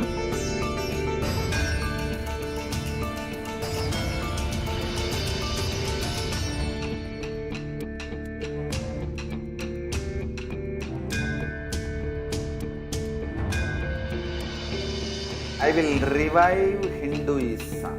I am a Hindu revivalist, not by any revolution, but by evolution.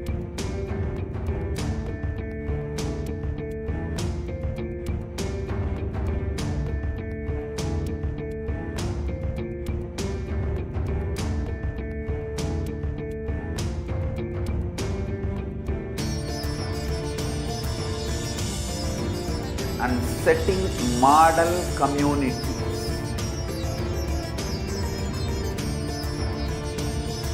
Kailasas, enlightenment ecosystems, Sarvanya Pitas all over the world.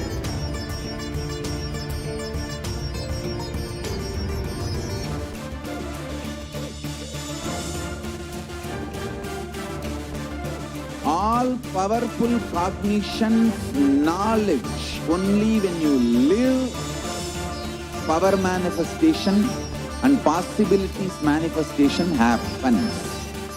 It's a fundamental truth.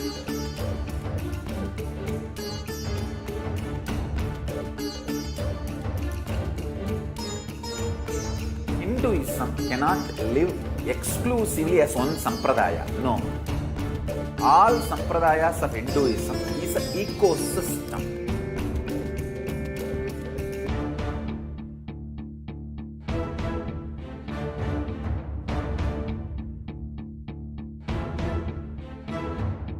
So don't keep quiet. Think thinking that if one sampradaya is attacked, only that sampradaya is going to be affected.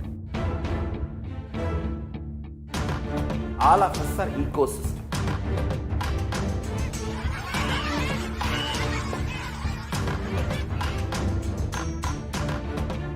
I invite all of you to get involved and enjoy Hinduism by the principle of Dharmo Rakshati Rakshitaha. When you protect Dharma, Dharma protects you. We will make the whole planet flourish spiritually. The spiritual prosperity will happen to the whole planet Earth. We all have to coexist together.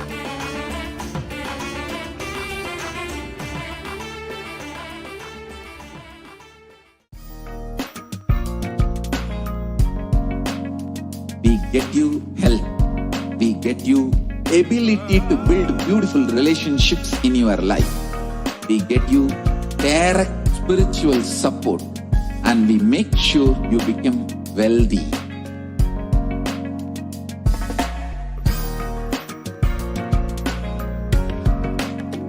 We won't stop giving you just good life. We will literally not stop till you live enlightened life. Manifesting the state of Paramashiva, space of Paramashiva, powers of Paramashiva, being of Paramashiva.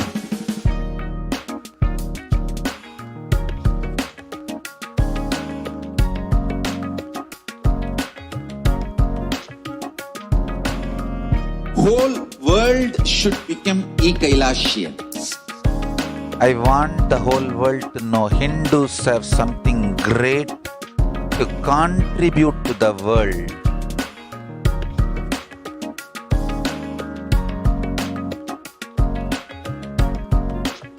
We have something great to contribute to the world. Let us do that.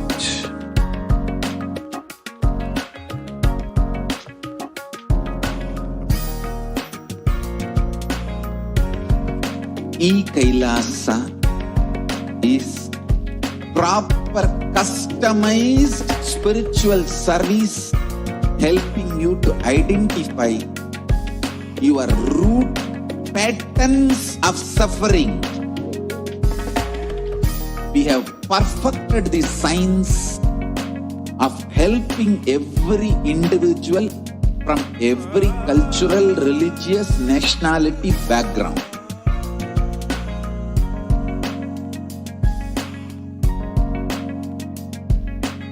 You will have lowest reactionary assumptions, highest awakened response, alive response for life continuously.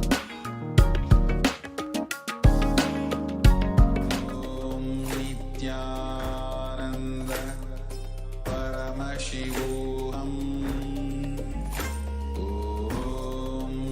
Nithyananda Paramashivoham. Nithyananda Paramashivoham. Nithyananda Paramashivoham. Nithyananda Paramashivoham.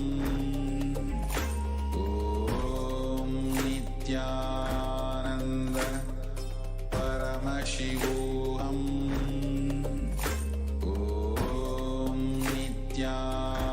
Nithyananda Paramashivoham. Nithyananda Paramashivoham. Nithyananda